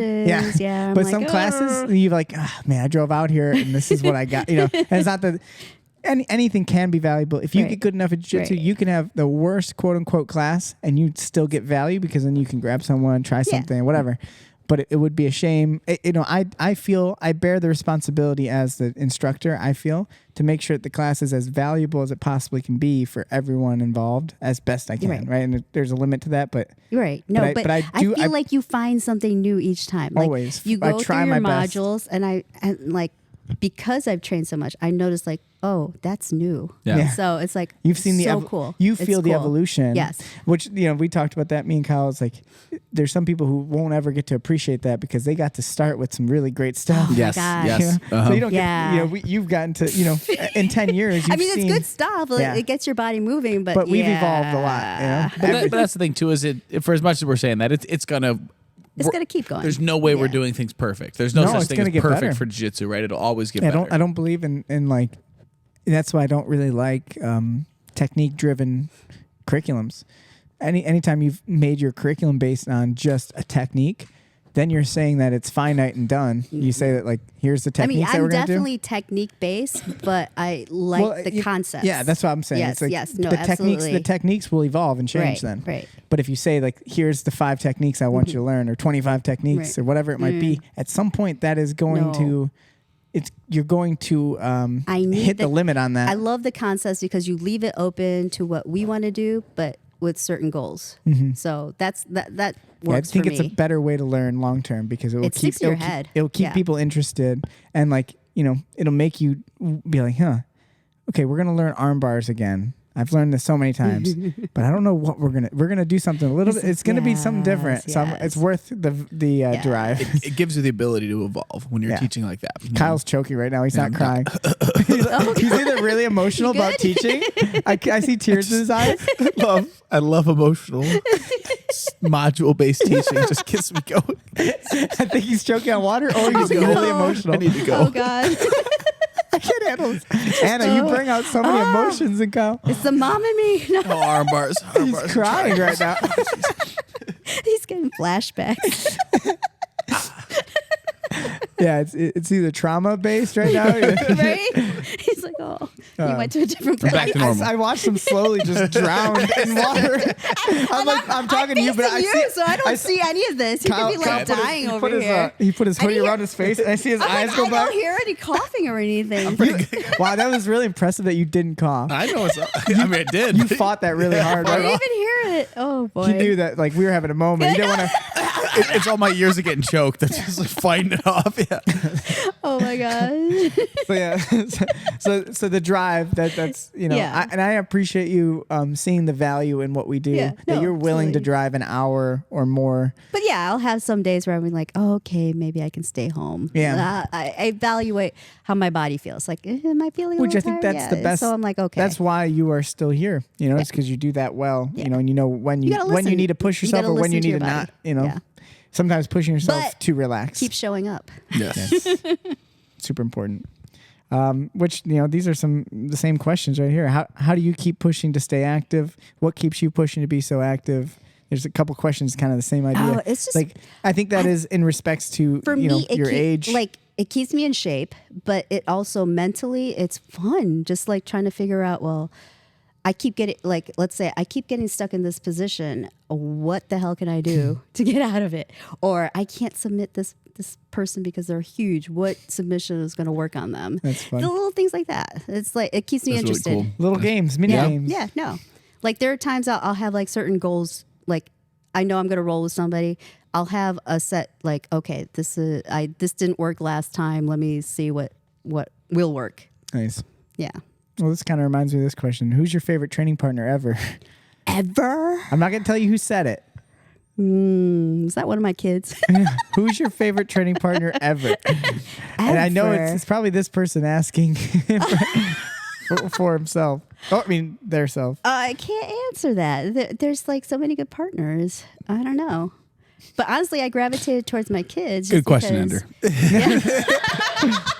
No, you No, know who what? was it? It's Adam. Oh, it's Monoretto? I love Adam. Moonaretto. Adam knows. He's my go-to partner when I see him. He Yep. knows that. Yeah, Adam. you guys have always been really Yeah. good partners Yeah. together. That's No, funny. he's fun to work with. We Yeah. love Adam. We got to get Adam on the cast. Adam would be good. Yes, Adam would be awesome. We're definitely going to do that. He looks like a brute, but he's such a He's a sweetheart. gentle, scary man. He's the gentle serial killer. Yes, Yeah. yes. He's a cop. Well, if anyone can get away with it. Those cops. No, there is a. There's just no evidence. Again. He reminds me of Vanderlei Silva. So I meant to say axe murderer. Yikes. Wait, so we have a few more. Well, Adam actually asked one more question, Okay. so I might as well do that one. He said, "Hold on one second. so many. Moonaretto. Moonaretto. I think He it's. should, I feel like he should be a better wrestler. Shots fired! Shots fired! Shots fired. learn, He's from, actually, learn from your nephew. yeah. Right? Well, actually, Adam's been wrestling a little bit more. Yes. You know, it's been fun. Every time he comes, we always do a Yeah. little hand fighting, and it's cool to see. But he said, now that you're a brown belt, do you feel like your responsibilities have changed? My response? No. Do you feel like you're I always. now? Do you feel a different level of pressure being a brown belt? We talked about that. I was like, I do so much nogi that no one even knows. No one will know. No one knows. You have to wear it for the first few months Not. in your nogi uniform. It's a pretty belt. Let me even tell you. I gave her a custom belt. I don't know. Yeah, Did you see yeah. it? That's all I No, said. Anna. Yeah. Yeah, Got her name on it. It's awesome. I feel like we should do that always for purple and brown. Blue belts. Yeah. I mean, if you want it, you can get it yourself. You can get it after you've had your blue belt for 6 months. Then Yeah, we'll make maybe you a then if custom you- one. yeah. If we know you're going to stick around. But like, I really, when you make like purple belt, brown belt, I mean, you're in. Like, there's the chance of you not making it all the way to black belt now is so rare. It would have to be something dramatic to happen. Like, you're so invested. It's like one of those. Knock on wood. It's one of those flops where blue belt there's a good chance you're not going to There's make more- it. yeah. But purple belt is actually It the switches. percentages actually flop over from Yes. like 80-20, 80-20. I would say so. that Yeah. makes sense. Yeah. But do I feel a new responsibility? No, I've always put that on myself to, like, I want to represent you guys as my coaches. I want to represent you guys well. So I don't want to go somewhere and someone be like, oh, What is she doing? she's terrible. That's a I good. appreciate you so- feeling that way because I think that is something that's hard to just hard to say to someone because I would never put pressure on someone and be like, you got to represent. I don't like when people act like that. But at the same time, it's like it is a true story about like you are a reflection of where you learned. I want you to be proud of it. Yeah, that's a funny thing for people to think like some people go to open mats and think to themselves like, personally, I hope I live up to my belt. But then it's like, that's just not for you. You're representing the school you came from too. You better, live up to your belt. But that's also part of giving belts, right? Is making sure that you trust someone to go out there and, represent you. That's why I was like, yeah, I appreciate the fact that you think I'm worthy. So I'm like, okay, cool. So do I feel a new responsibility? No, I'm just going to go about what I've been doing. Yeah. So I love it. Yeah, I think as you get to your higher belts, right? So for anyone who's doing jiu-jitsu and you're a white belt, you go to blue belt. Now it's like you get your purple belt. Mm-hmm. There's always going to be a little bit of like, I'm sure, especially purple belt. Like now you feel the pressure of the blue Yes. belts and white belts. Yes. Like I gotta be better than them. But I think that's kind of a false. It's not like, a real oh, thing. No, Like, we're you just gotta- all learning. Come on. like the idea of like I'm purple belt, no blue belt's gonna be able to touch me now. That's not how it works. true. Good luck with that. Jiu-jitsu Yeah. just doesn't work not that way. true. It's and it really They like, say size doesn't matter. It sure does. yeah. Me too. They're I get it. full of shit. Yeah. Yeah. Yeah, I mean, come on. It's a rough life out there being Yeah. 5 foot nothing. I get it. I'm with I'm right there with you. Me, you, and AJ. For real. I AJ's had- got the muscles. I had though. a few- I don't got those. I had a few different people bring up to me how excited he got every time Sergio would tell you Yeah. he was smaller than you. Like, what? You were how Wow. tall? Oh. Wait, say that again? I honestly, the only, besides Kenny, I mean, Jay's a little bit, not much bigger. We've had small people on the show. Yeah, it's a small We got to guy. get some giants. Got some big boys. Yeah. But it's like, it's definitely, it's not realistic to think that like, oh, you're promoted, so now you're No, untouchable. I'm never And like. it doesn't matter. I'm never going to be an enforcer. Yeah, I think So, the belts yeah. are more. They're more about just almost like a signal of like your commitment. Yes. It's not about like, oh, you're so good now, you're so great. It's like that's silly. It's like I know you're committed. You've earned it. You've earned the recognition of your time, and yeah. You know, I don't think it's just about whether you can tap everyone or not. And I definitely can't. But it's definitely like like Joey said, it's definitely a well earned belt. Yeah. Thank you. It's a well earned. I remember getting my purple belt and being like kind of like, oh, I hope like you said, I hope I can fill this. But I remember like blue belt was one of those ones for me where I was like, I know I'm a blue belt, so I hope you kind of feel like that with your brown belt. I know you're already your brown belt. But like when I first got my blue belt, I was like, I don't know if I'm ready for this. Which is funny. So I guess the difference. I was a white belt for like 5 years. So by the time I got my blue belt, I was pretty confident. I'm like, I think I'm a blue belt. I was a white belt for 4 years. Yeah. So when you got your blue belt, weren't you pretty? I mean, I was just doing like you were already fighting and stuff too, right? I was young, so like I was really like into rolling. Mm-hmm. Okay. So I was tapping out people who like were blue belts and purple belts, but they were older and like more. So like it's just different vibe. And I think that's another thing that's hard for people to understand is there's like a competitiveness to it. So like a competition, like a guy who's been wrestling and competing and fighting versus a guy who's just doing it for fun, a hobbyist. Right. Yeah. You know, it's like I still don't like to get beat. Yep. yeah. Don't get me wrong. Yep. But we have to like judge them on different scales of like what does it mean, to be like, and like you is a lot of it in my mind too. Like the more advanced the belt is, I care about your understanding of things more than like how well you just physically do it. Because there's a lot of people who could just physically do shit. Right. Like, cool, you can jump on your head and jump, boom, fall into this position. Yeah. You're so athletic. I'm not athletic. I don't have the strength. So I got to rely on technique. That makes you badass. Yeah, makes you super badass. Yeah. Yeah. I mean, that was an interesting thing I was rolling with you today. It was just, you do this thing that like, I'll kind of do sometimes where like you'll be in a turtle position, but like you're almost not even turtle, you're just kind of sitting, and just kind of like, and it would be like if you saw like two people fighting in that position, you'd be like, what are you doing? But it's just like can't get your hooks in, I can't put my seatbelt on properly, It's so funny. You guys call me like. You guys call me like a wrestler style grappling, but I'm so not a wrestler.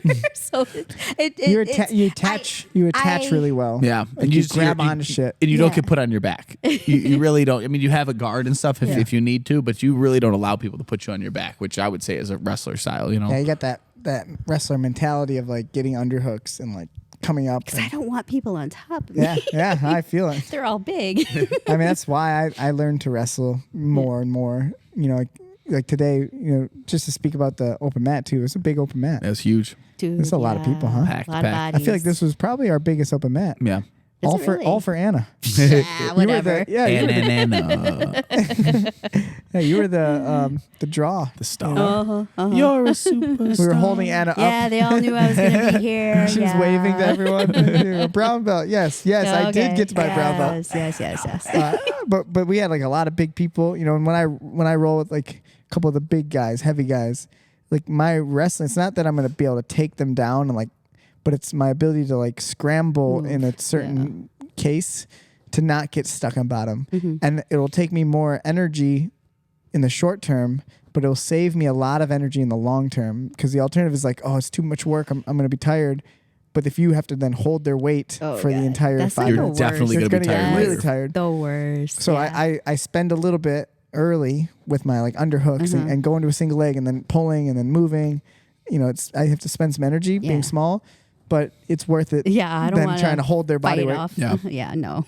Yeah, that was something I was thinking about that today. Yeah, but I'm just like not really a wrestler. But I mean, I watch it enough that I have adopted some things that like it works for me. So. Well, and what I say now too is like at this point for my own personal style of like what I believe in for jiu-jitsu is that everyone, if you're going to be good at this, you're going to be a wrestler.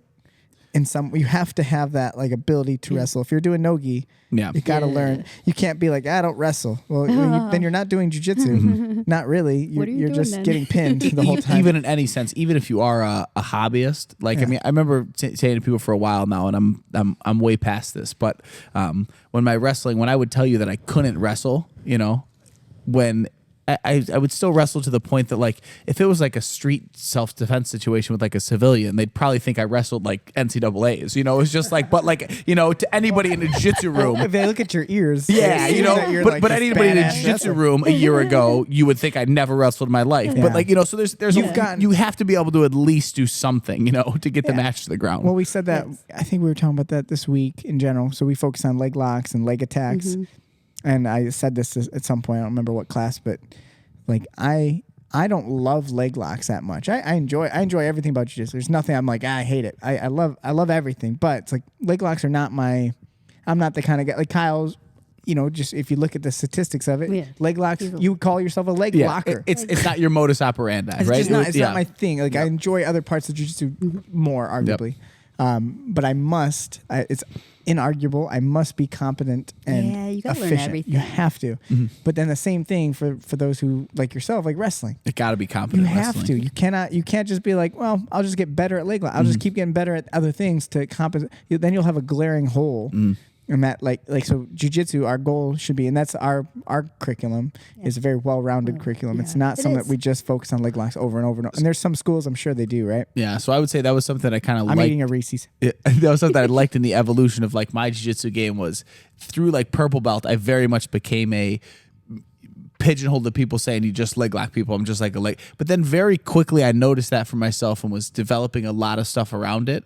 But then that like tag was almost then like a benefit because everyone just thought I just did leg locks and then they would freak out, take their back and freak out, you know, go for then it triangles. becomes surprising when you get on top. It almost becomes like, now I'm going back to, but like my high school football team, we ran the ball. He lives in the past, doesn't he? We ran the ball like 99% of the time. And so like when we would glory pass the days ball, once again. I sucked, remember. But when we would pass the ball, it would almost seem like a trick play. And it wouldn't be, it was just a normal play, but like you just never expected someone to do you can that. still do it. Yep. Even though people anticipate certain things. So it's important that we have every skill kind of marked off, and you're going to like things more than others.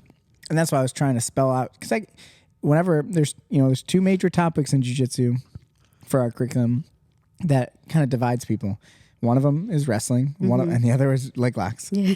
There'll always be something like we'll say, "Hey, we're doing leg locks this week," and someone will be like, "I'll see you next week." Right? They're just not going to come train. Like they don't want to do it. You know. So But you need to learn. You need to learn, but you know, but I'm not asking you to fall in love with it. I'm not asking you to change your game, but I need you to understand. There was it. a time people would cringe when you would say takedowns. Yeah. Oh yeah. But now I'm I've like, changed, okay, I've changed cool. that. Yeah. I I'm not trying to brag about how we teach it, but I really believe that we did it the right. We have done it the right way. You changed the mentality of that. Completely training have week. changed how people can So do much gentler. Yeah, I mean, think about your test yesterday, right? Yeah. You even said that, like, so like I was Jay, you good? You good?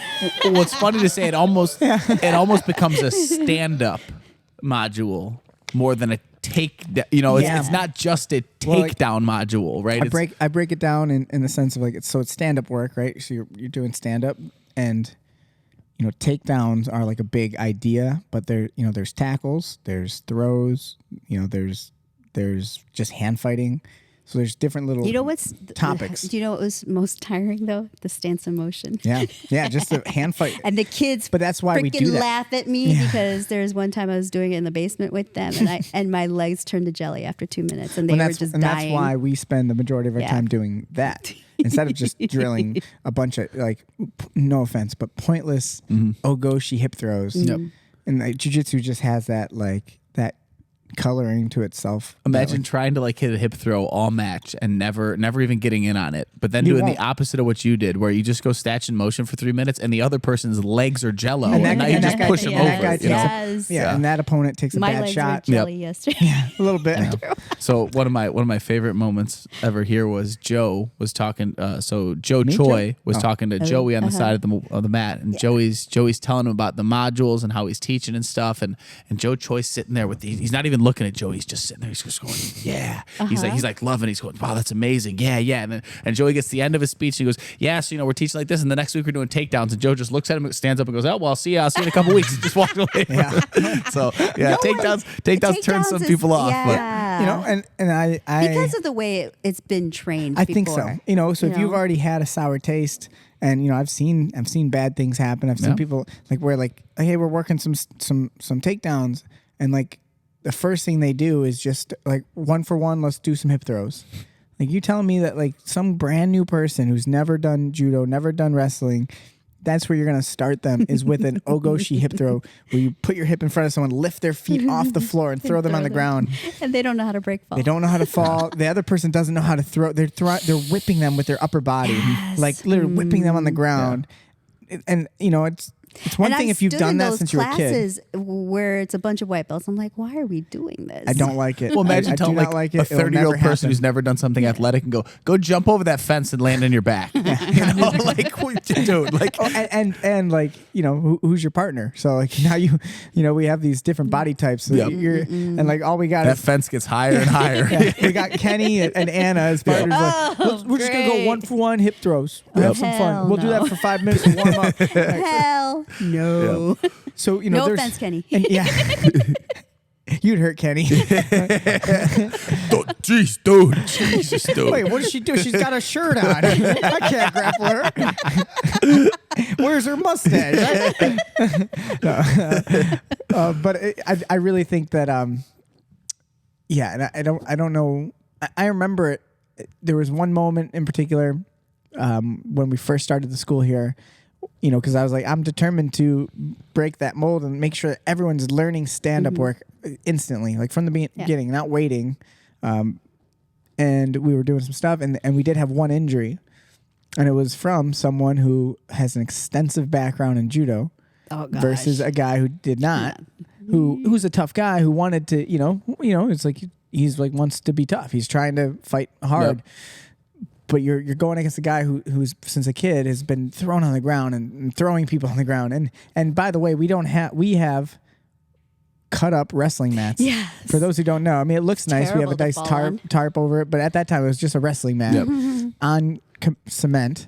It's not a judo mat where there's springs and this cushion. Yeah, cushion. I mean, they have a good judo mat is suspended, literally spring loaded. Yes. Spring loaded, so it has this. And a lot of people don't realize that. No. Well, yeah, you don't realize the first time you spent your whole life watching like WWE wrestling, and then you go to like a boxing ring and you fall on your back and it just goes, it doesn't move. Yeah, like, whoa, where's the noise? What happened to that bounce? Where's the steel chair? Yeah. Well, that's funny. Actually, as a kid, I remember like I loved pro wrestling as a little kid, and I started wrestling at like 5-6 years old, and I was just like looking around. I was like, I went to wrestling practice. Like, this isn't what I thought it would be. Where's the rope? Where's the cage? Where's the ropes? Yeah. Like, I legitimately, I remember being like, this is not wrestling. It. This is wrestling. So you got tricked too. Yeah, tricked into it. Joey walked in with his theme song playing. Like, where's everybody else? I wanted to be Shawn. Oh, you want to be Shawn Michaels, the Superfoot? Shawn Michaels. Yeah, the sweet chin music. Yep. But I would always do the flex and one leg out. That's awesome. There's pictures of like, you know, my first wrestling tournament, and it was just like from the crowd, like my mom was filming. That's awesome. And I was just like flexing, like doing all my pro wrestling stuff. And then I went out and got pinned. We should get those T-shirts with the sides cut completely off. Oh yeah, it was like a shirt like a poncho. Awesome. So I'm actually curious, not too in depth, but what type of injury did you have with the non-judo shoulder guy? Like an AC joint So injury. just slammed on his shoulder. Ooh. Yeah, like just resisting a throw, falling, boom, and his shoulder separated. Not super bad. Our good friend John Ramsey. Not good though. Not good. And it was like, you know, a lot of it's just the culture of it. So like, you know, and that was again like a lot of lessons happen from. Usually it's someone else's injury I learned, but like lessons in general. At least right? you're learning. Yeah. Yeah, I mean, and you know, every school. I don't care. You know, I don't care what school it is. Every school has moments like that where people get hurt from certain things, and it's contact sport. It's contact sport for sure, and things will still happen even at the safest way. But that clicked in my head of like, how can I take a room full of multiple people with different physical backgrounds and experience backgrounds and teach them the skill in the safest way possible where it's still beneficial. Yeah. Because fake drilling is not good enough either. So like the alternative is just like, let's just keep doing, you know, like passive takedowns back. Like, and realistically that's not very good. I think that's actually can be a waste of time too. Yeah. It's just, you know, it's not going to help. So, you know, the big evolution is focusing all your attention on the actual hand fighting, the setups towards stuff. Yeah. You know, that's going to be the majority. It's fun. It's tiring though, but yeah. And treat it almost like a positional game. Yeah. Mm-hmm. That's been a huge evolution, and I just believe in it. I believe in it for myself because, you know, I'm a decent wrestler growing up, not a great wrestler, but my skill set in like submission wrestling now is really good. And I was saying that to Giuseppe today. We're doing a tournament. We just decided to do a tournament next week. So we do have another. Yeah, we're doing it. But it's a freestyle wrestling submission grappling tournament. It's the USA Grappling. Cool. It's called the qualifier. Oh, okay. So the rules are just like freestyle wrestling. So if you have push outs and stuff, so it's just wrestling. Yes. And I want to see if someone can out wrestle me, because I haven't had it happen in like 2 years. I want to see someone take me down and like beat me up in wrestling. I want to see if someone can push me out when I'm playing guard. You're just gonna sumo it. You're gonna take the negative. Good luck, push me out. Yeah. Good luck. You're just gonna sit down. Yeah, right away. No, I think you need to wrestle. I'm gonna wrestle. Yeah, no, I'm just messing with you. I'm gonna wrestle with him. Yeah. Yeah, You're doing it too? Yeah. Oh.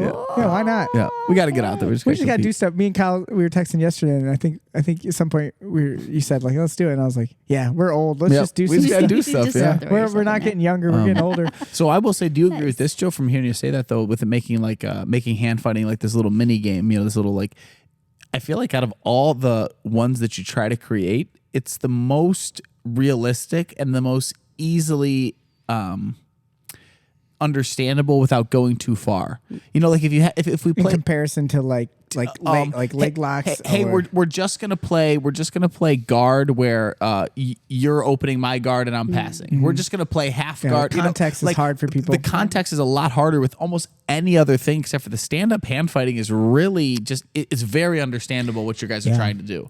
The objectives can be really simply understood. Yep. Like I need to put their hands on the floor or get behind them. I need to try. Like if I can get behind you, I win. Yep. Yeah. Like that naturally. If I say that, it's not just for you. Yep. Like if I tell you that's your goal, but for me, if I'm your partner, because if you're trying to get behind me, my stance will naturally get better.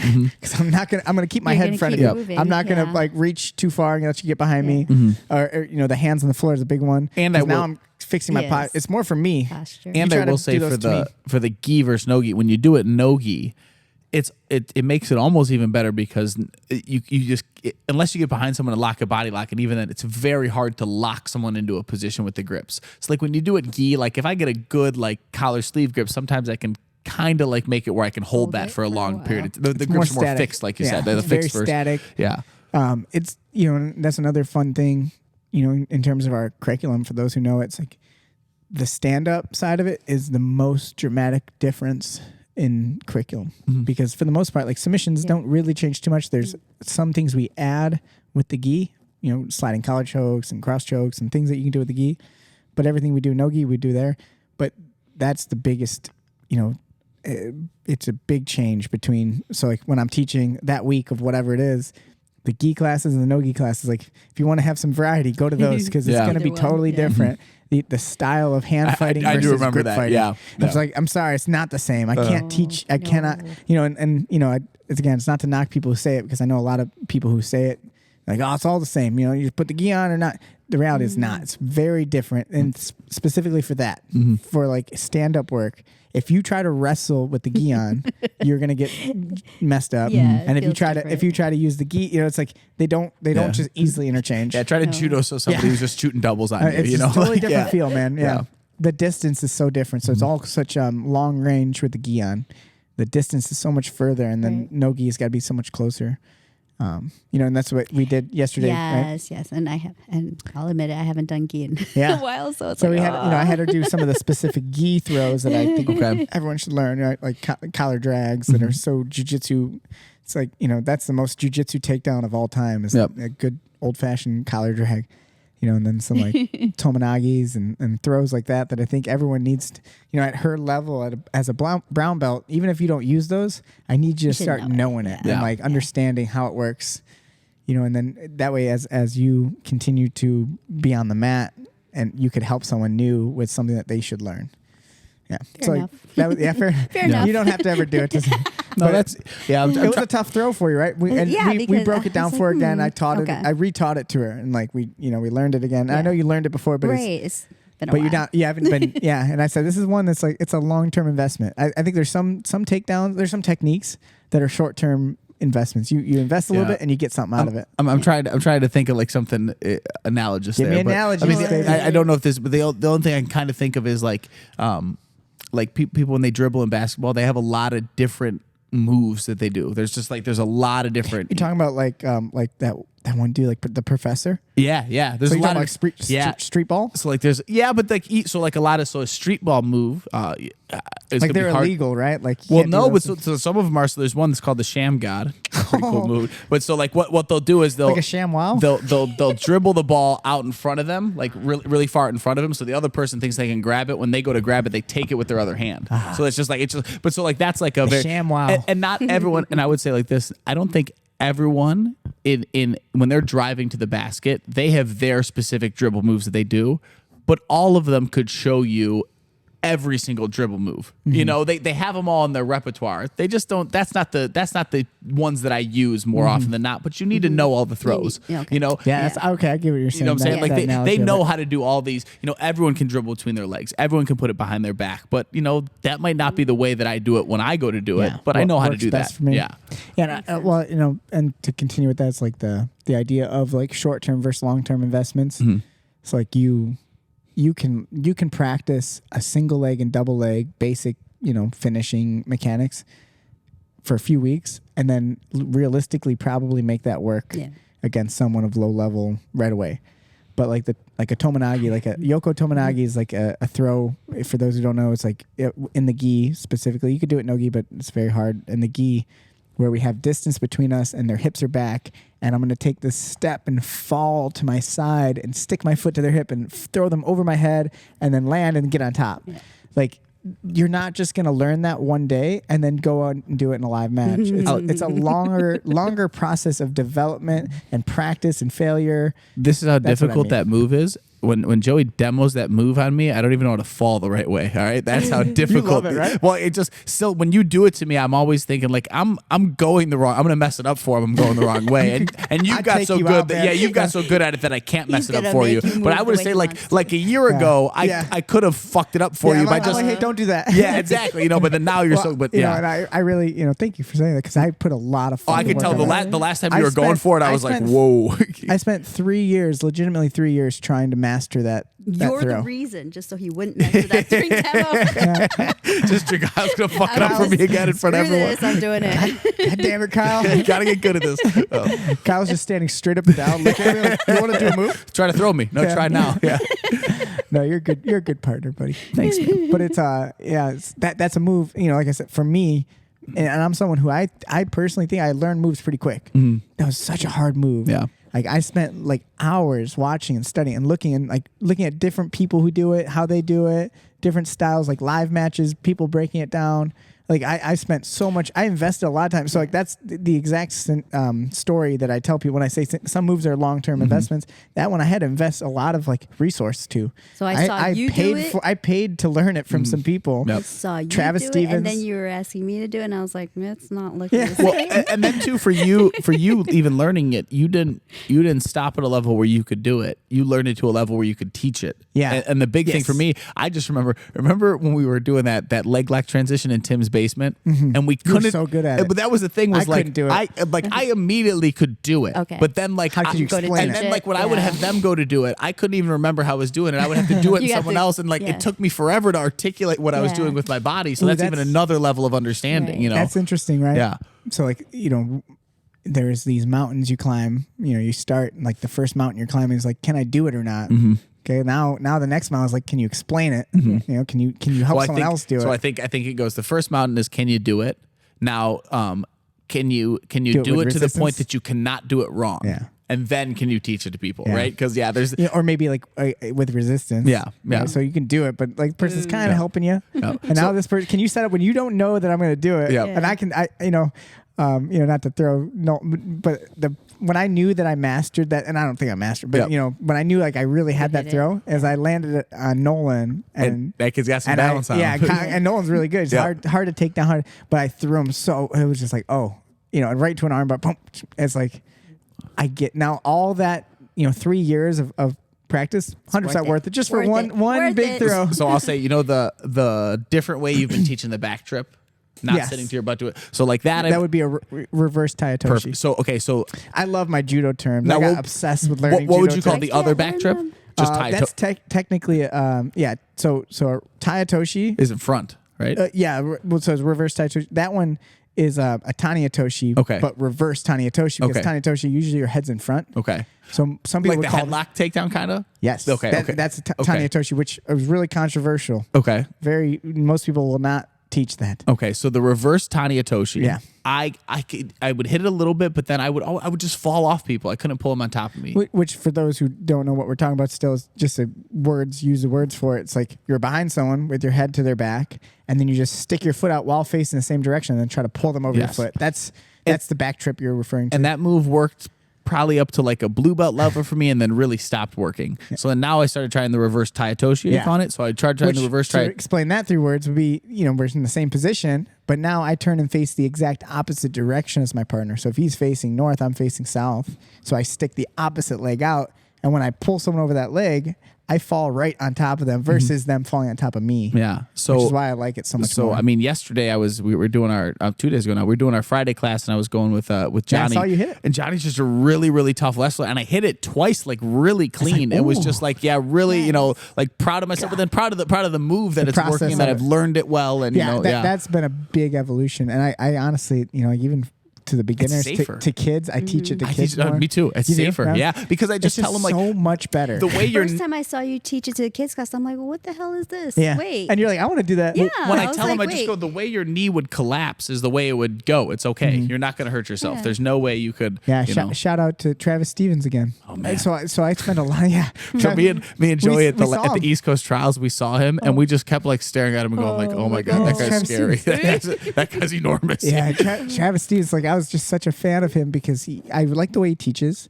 Him and Justin Flores is another guy who I learned a lot of like these judo terms and just like these takedown techniques. But Travis Stevens in particular, like I just really connected to the way he teaches and stuff, and like his videos.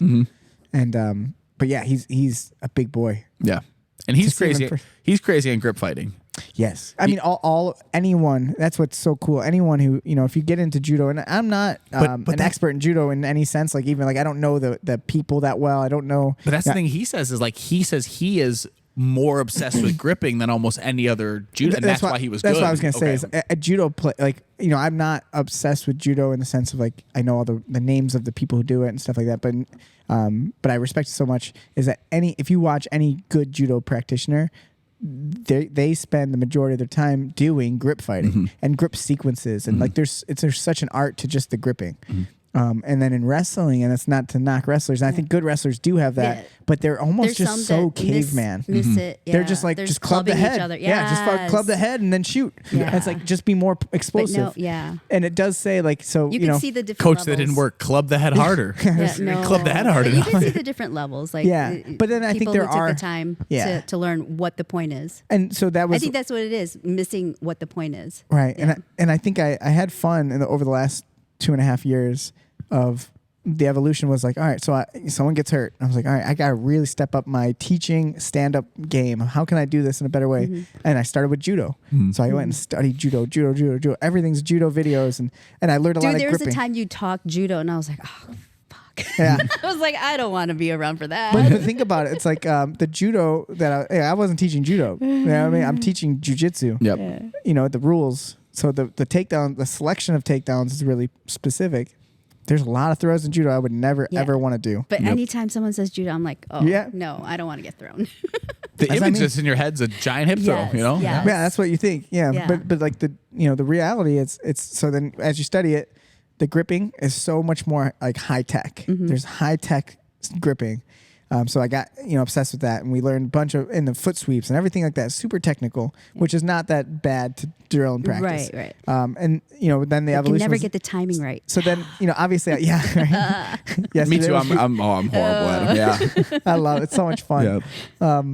So then the evolution is then obviously nogi is what I love. So then I go back and I think about like how do I teach all this stand up hand fighting in nogi, and I didn't have as well of a system in place. So I was like, all right. Now I got to figure out how can I translate that similar thing. And it's not the same, obviously. Nogi is so like fast paced, but we came up with a good system. Yep. And a lot of it was just like it's fun. It's a fun creating a game out of it. It's become a fun series. Cool. Whereas most people would be like, oh, no, takedowns. But no, you have to tell people, it's different now. Don't worry. Yeah, it's different hard. now, guys. Don't be scared. Well, I mean, How do you break someone's mental barrier of being like, I got slammed. I don't want to do that anymore. well, I mean, like we said, is just all the things that make jiu-jitsu a little harder for you. You know, you being a woman, you being a little older, you know, being smaller and all those things like. But you're still loving and coming to wrestling. So anyone who's got an excuse for it, you know, they need to come. You know, if you want to be a badass like Anna, start doing that's takedowns. the answer to that one question. There you go. That's how you do it. Do show up. takedowns. Just show up. Show up to stand-up work. You know, and we kind of just it feels like everyone has gotten proficient. oh yeah, You know, You are making killers. I swear to God. Like so? these white belts are different from when I was like, oh yeah. I was looking at Taylor's like darting somebody as what I I'm was walking gonna over. Jeez, you know, it's, just, yeah, it's what the amazing. hell? yeah, like Taylor, our friend Taylor, is the best example of someone who never wrestled. Right? Jay knew Taylor, and you know, he brought Taylor in, and Taylor, you know, in the nicest way, is just kind of a very, you know, soft, nice little man. Yep. He's just a nice little guy, and you know, never wrestled, and he like really loves the hand fighting. He became good at it. He's tough. He's hard to deal with. Nice. And, like that's the best example of. We could have fucked that up pretty bad. 100%. We took Taylor, like, hey, just do some live takedowns, see how it goes. Taylor blows out his knee, never see Taylor again. Goodbye. I mean, I remember seeing, you know, and you know, I hope he takes this right. I remember seeing Taylor doing his first few classes and just like looking at him and going like, I've seen this person before. Yeah, they trained last. for about a week or two, you know, and then like now, look at him man, now. he's out there, competing, baby. yeah. Yeah, He's so, awesome, yeah, dude. I shout out love Taylor. that. Really Yeah. impressed, dude. I love that. So yeah, I don't even know how we got talking about this, but basically the curriculum idea, you know, I think there's, as you being someone who's now a brown belt, you've trained a long time, you can even see the evolution of like better ways to do things. And I think that you have that responsibility, you know, if you were saying, no, I love how you delve into like positions. It's just, if I knew all this stuff way back, it'd be like, oh, things would be so much easier. I feel that way too. Yeah. But you know that's your responsibility as a brown belt. That's going to be your thing too. Is like you have that responsibility now. Everybody has a different journey. Yeah, I mean, amazing. Imagine now. I mean, this is, you know, you never want people to eventually have that feeling of like I should have learned this now. But imagine like the level that we're teaching at now. If we started here. Well, yeah, and then imagine too if some. I mean, I don't know how people would because it's so high level. But imagine now if in like 10 years there's people talking about the training they're doing from us going like, man, I should have learned like it's just like that the jiu-jitsu has evolved so much that like, you know, I have zero doubt that there will be that. Yeah. There's no doubt in my mind that in 10, I guess it's my little way to say like I don't like look back and go like I don't think I could have been learning like this back in the day. Like there's evolution. I mean there's just so much more available to us now with DVDs and stuff. I mean, I remember when I first started, there was I still remember it. I Googled jiu-jitsu and tried to find videos for submissions and stuff, and there was one website called submissions101.com with videos. You couldn't YouTube jiu-jitsu, you couldn't, you know, so yeah. I mean, totally different world. Yeah. But see, I rely on you guys to study that. Well, that's legitimately why you pay a membership. In my opinion, it's like that's our responsibility, Kyle. It's like we can't get lazy. No. Yep. We have to stay on the cutting edge of things. You guys are constantly studying, so I love that. Yep. Yeah, I mean, I really do believe that's like what, you know, that's why we're not a club. We're like an actual school, is because we're doing work as professors, as teachers. And you guys make that obvious, so I love that. And actual, like you said, like actual work. Like I don't just like watch a YouTube video and then go like I'm going to teach something off this all week, like with the taking notes and like, you know, going through more things. Of the scheduling and the structure of stuff. That's that, and it takes work. It's like sometimes I got a headache by trying to like plan shit out. You know, and you know, it's funny, like, you know, Dakota said to me the other day, she's like, you know, because I was studying stuff, I'm like, I got to work on some stuff, and she's like, at this point, can't you just like do it? Like, isn't it done? Sure, I could. I was like, yeah, but like but it's like it's a new opportunity to like make this a little bit better. Yep. Yeah. Make it like just different. And I appreciate that. No, absolutely, because I appreciate it. Because coming to class, like if you were teaching the same thing over and over, there'd be no reason for me to come. Yeah, you wouldn't drive an hour. No. Well, now just think about any other like high level sports coach. imagine if they just went like, I already did it. I'm done. we're doing what we did last season. You know, that'd be crazy. And I think you there's know, something to be said about. So that's, I guess you got to be careful when you say it that way, right? Because there are things. It's like It is what it is. Yeah, it's not how- broken. Yeah. Don't try to fix something that's not broken. we can always get better. But I believe that you can always get better. It's like, but there's a level of that, like, doesn't mean like revamp everything. Right. Like, hey, we need to change how we're doing everything every single time. It's more about like, so you got to be careful about how you're It refining. takes things. honesty with yourself and like a true evaluation of yourself. You know, just going like that. These are the things I need to improve, not these. You know, it's just you know? It's a delicate thing. Yeah. So it's tricky because you don't want to be the school that's just like turning over and changing like your everything about what you're doing. Yeah. Because it's truly not broken stuff. You know, I mean, if we stuck with everything we did 10 years ago, it's still pretty good. Yeah. It's not bad. Yeah. It's just things can be better, and I know next year it's going to be better. If you don't have a teaching base, if you change what you're teaching all the time, right? Then you don't have a base, and then you really aren't. Yeah. You don't have anything. But no, you guys have like a strong base. That's what it's like. Okay, but then because I've shown up to enough classes, I can tell what you tweaked. So that's always cool. Which is fun, and that's Yeah. what I want. I love the fact that we're not like very. I mean, so we've been. March will be 3 years since we opened the doors, which is cool to think. It's like 3 years, and like you've been here since day one when we opened the school. You've been here the whole time. But I want that. I don't want it to be like a revolving door that has new people. They get their blue belt and they're gone. And a new group. And there's some schools, I think that's a big part of their financial model is you get someone new and they pay a big membership for that like year investment, and then they need new like, people. oh, I did it. Okay. Yes, yeah. I want to see people 5 years from now and see the growth, and then have them see like, wow, this is getting better, or Well, I can even think of just. I mean, recently, and too, it's part of like how you and me talk about like communicating with each other. Is I remember one of the sweeps we were doing, like one of the butterfly guard sweeps we were doing. I remembered the grips being a super specific way, right? And then I remember coming to you and going like, yeah, but I thought you were teaching it like this. I said, yeah, I probably did. Yeah, and you were like, yeah, but now I'm teaching it like that. And like that is such just a healthy communication of like, because if you would have went to me like, no, I know, bro, I was like, I taught it like Yeah. this, and I was right. My brain would have like almost wanted to like re-challenge you and be like, well, you know, like so like no, it's just I a have very I have no ego or no problem saying like, I changed- used to teach it this way, and I don't. I don't like it as much anymore. and that works. I like this. I just more. don't do it like that anymore, you know. And maybe I'll go back to it too, you know, right? Well, the only reason why I probably won't, because I actually know why You changed it. I changed it. I don't ever just do something without some reason. Yep. So it's not like, it's just how I remember doing it. Like there's a reason why I'm doing it the way I'm doing now, and hopefully my understanding will be better. Yeah. Which will make it either the same thing but more efficient, or totally different. Yeah. Which with the butterfly sweeps, like totally revamped my game. Yeah. And a lot of it was just understanding the posture of it.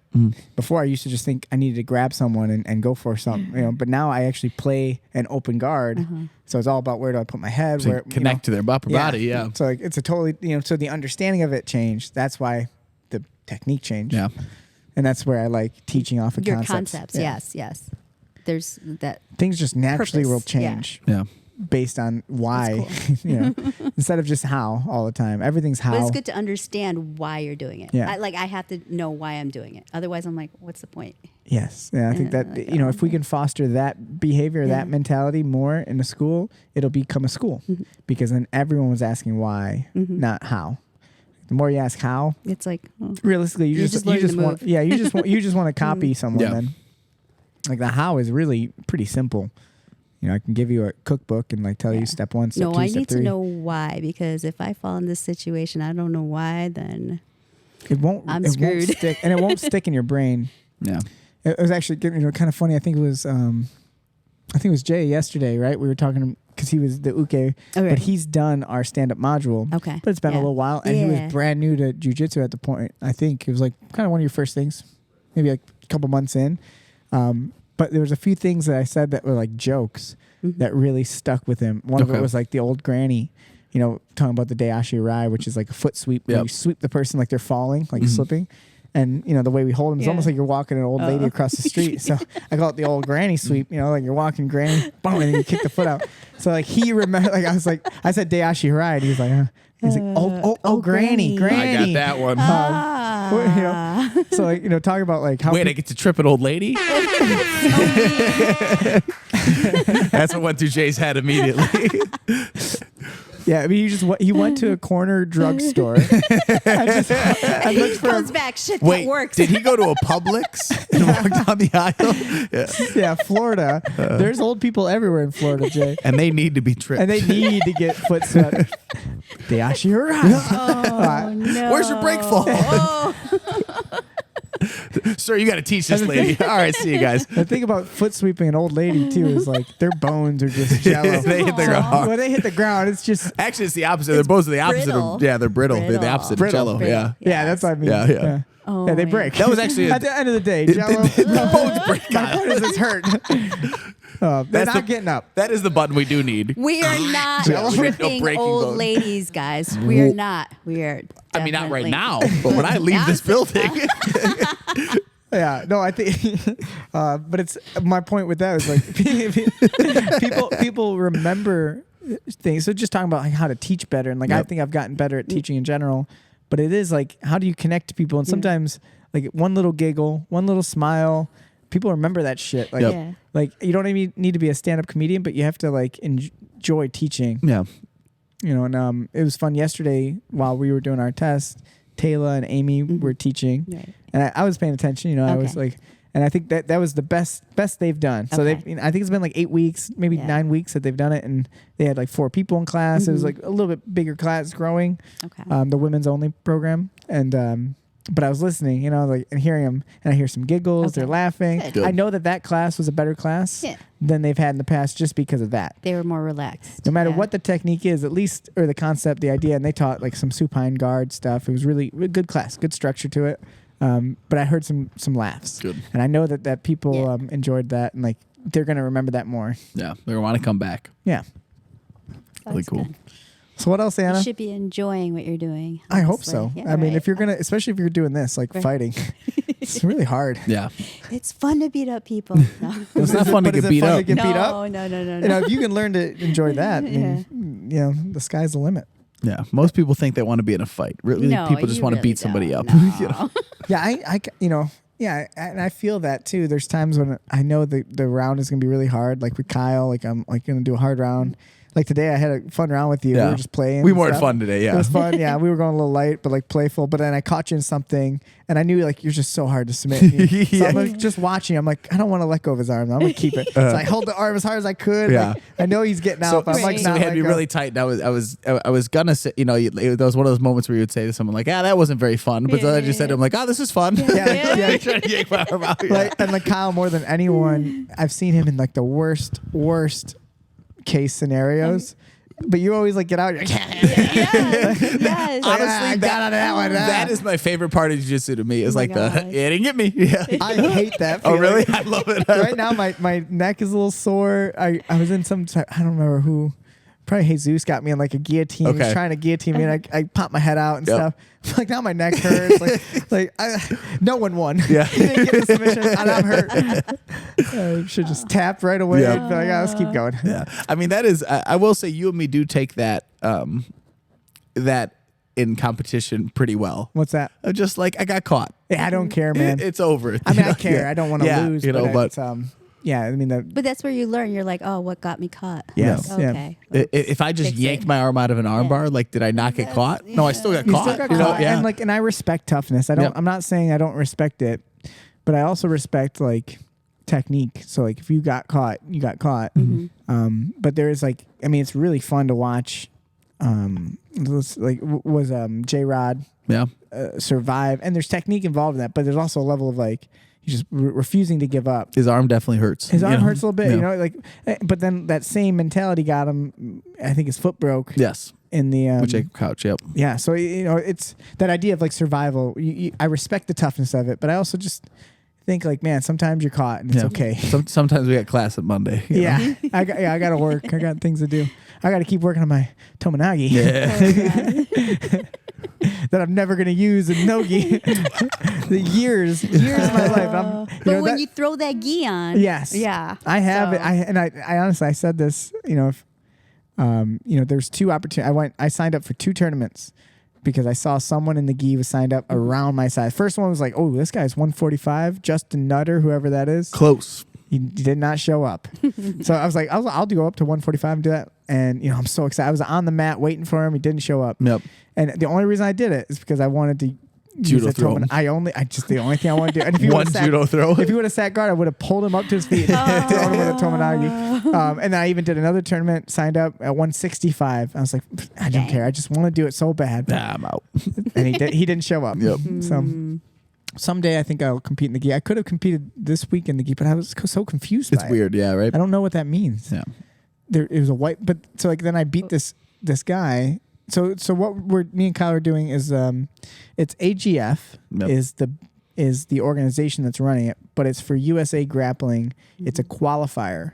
So if we win this Northwest qualifier, then we get into the trials, which is an 8-man tournament, and I think the winner of that then goes to the Worlds Nice. for USA Grappling. Mm-hmm. You know, so I'm confused on where there's a gi in there, but they do have gi qualifiers. We're trying it. I think if you win the gi, you win a qualifier spot, maybe. I think that it's the same thing. I think if you win the gi round, You win a gi qualifier. so you could sign up for the gi if you wanted to too. Cool. Yeah. I don't know if I own one of those. I was like, you like gi? Have a gi? I was like, wait. Yeah, I don't know. So, but I'm excited. I think we'll go do this. I'm gonna take a little break after. Yeah, I think we should take December's gonna be December and heal up a little yeah, bit. a little light, and then hit it hard next year. Anna, first tournament as a brown belt. No.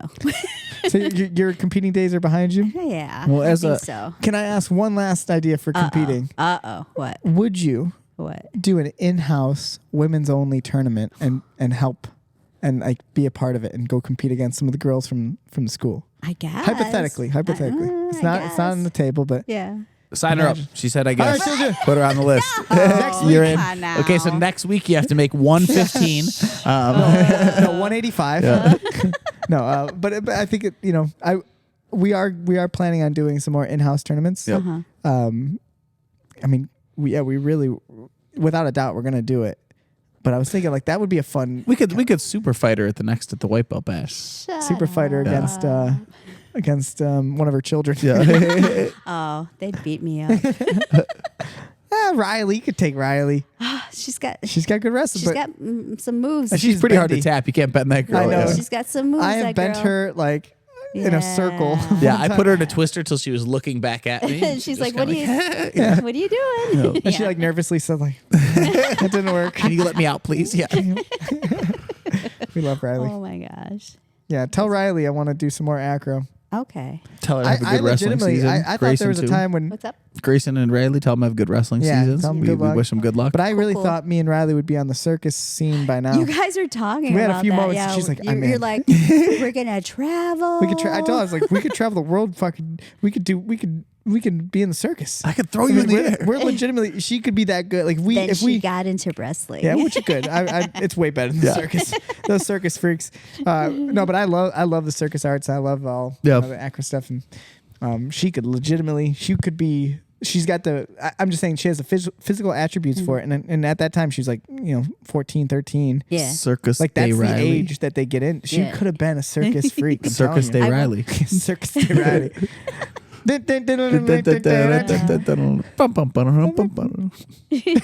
She I'll tell her that and she'll just give me a look like, okay, mom. She honestly she could have. It's behind her now. She's Yeah. old. Yeah. She's too old. old. now. I'm You're saying- done, Riley. Yeah, You're she's done. too old now. Like She's only 15. too old. I'm telling you. Yep. She had her window at 13. Yep. Okay. She dropped now- the ball on that. Honestly, yeah, I mean it's crazy, and I know this a little bit. I'm not that much into it, but I when I was into handstanding a lot of them were just circus people, and they would talk about like the contortionists. Yeah. They're young. Yeah. And like they're done by 22. They're retired. They're done with that. You can't keep doing it. Same thing with a lot of No. gymnastics girls and like the Olympics and Sure, stuff. right? They're very, very young. Yeah. Yeah, and they're done by 25. Like you're an old It's a an lot old on the maid. it's a lot of wear. Yeah, and there's tear on no the healthy body. way to do Yeah. it, but it's a kind of interesting subculture. Yeah. So They're Anna, cool to what, watch, what would though. you say? What would you say to everybody? Yeah, let's get some final give us your thoughts. spiel. Give us your speech. Let's start with the Spiel? idea of just in general. How does someone, and we already said kind of a little bit, you had your advice and being a badass and whatnot, but to be a brown belt, if you have any final advice for someone who's maybe right there, maybe they're thinking about stopping. Yeah. How do you keep them on board? It's just, well, it's because you have to be self-motivated. You have to want to learn. That's what keeps me coming. It's like finding the right place to train with the right people that keep you motivated, because we are a team. It's like yesterday when I was doing my test, just hearing everybody's voice going, you can do it, keep going, you're doing great, and in my head I was physically like dying. You saw that. Yeah. So, but just hearing I think I said it to Kyle. Yeah. I was like, I think she was either really close to quitting or No, I having a was heart not- attack. I But was neither not one of gonna those things quit. Yeah, happened. but I was like, No. don't worry, neither of those No, I happened. was She didn't quit. I She was just just staying died. focused and just hearing them just saying, "Okay, you're doing great." Just Yeah. that was awesome. It So was- that's- it was it's so just special to me. it's I just love it. Team Awesome. feeling. It's like you got to find the right people, and if you find the right people, they're going to keep you motivated. Just like not even them saying anything, just the vibes. You got to find the right vibes that keep you motivated. I mean, you don't want to let those people down. yeah. Yeah. So I mean, just finding That's the right huge. people, just finding the right people, and it's just going there. Yeah, And- arguably even more important than even the jiu-jitsu is just like the energy of you enjoying where you're at. It's funny. You get a lot of people that start off and they're like afraid. They're like, oh, I'm gonna mess up your training. No, you're helping train. Like I need to know how to do a move in order to teach you. So everybody has a purpose. So don't ever think you're dragging someone else's training down. It's like everybody has a purpose. So just come train. You'll get better. Honestly. Yeah, I think we had a new girl come in, and it was like on a Friday at noon. So we have a lot of big guys at Friday at noon. So it wasn't too many people, but luckily Jay was there. Yep. Okay. And I was like, perfect. Good job, Jay. I was like, Jay, can you help out our friend here? She was very shy, very quiet. Pretty much an adult Riley. Oh. Gave me the adult Riley vibes. Very shy, very Okay. sweet, nice girl. What was her name again? Do you remember?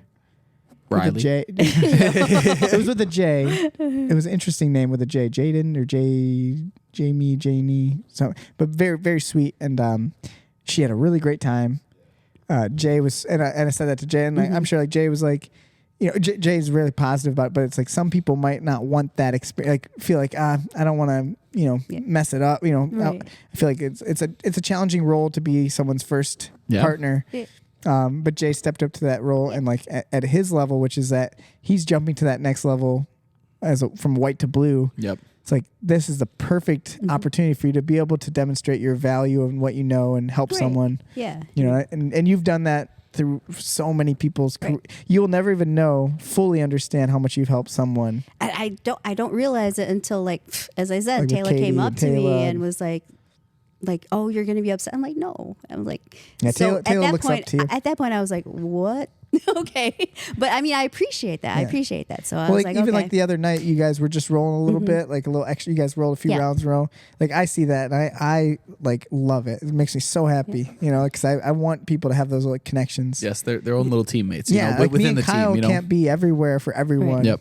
So we want to grow these little like relationships. What cracks me up is Izzy. Izzy, when he's like, Anna, you speak big people. I'm like, what are you talking? He's like, you watch and you can just kind of tell us, like, okay. That's awesome. That's all. So I love Izzy. Yeah, Izzy loves you. You and Izzy, they so for so long, a lot of the striking classes, it would be like Izzy and Anna and me like teaching. So Izzy's a big boy. He's an ultra heavyweight, and then Anna's the ultra lightweight. But they were great striking partners. And it was almost like an elephant and a mouse. She's done that her whole life. She used to partner with this guy, Bruce at Bruce. Curran. Oh Bruce my is a gosh. strong. Like, Bruce that literally was did- back when Bruce was really big Bruce too. is Yeah. big. I mean, Bruce is still big, but Bruce is big. But Anna and every time whenever like Anna's in a striking class, like there was the other day, some other new guy came in. He's like, man, that girl that you're doing class with, she's amazing. Like everyone's so impressed with Anna because it's like again, like the badass thing is not. It's because you don't.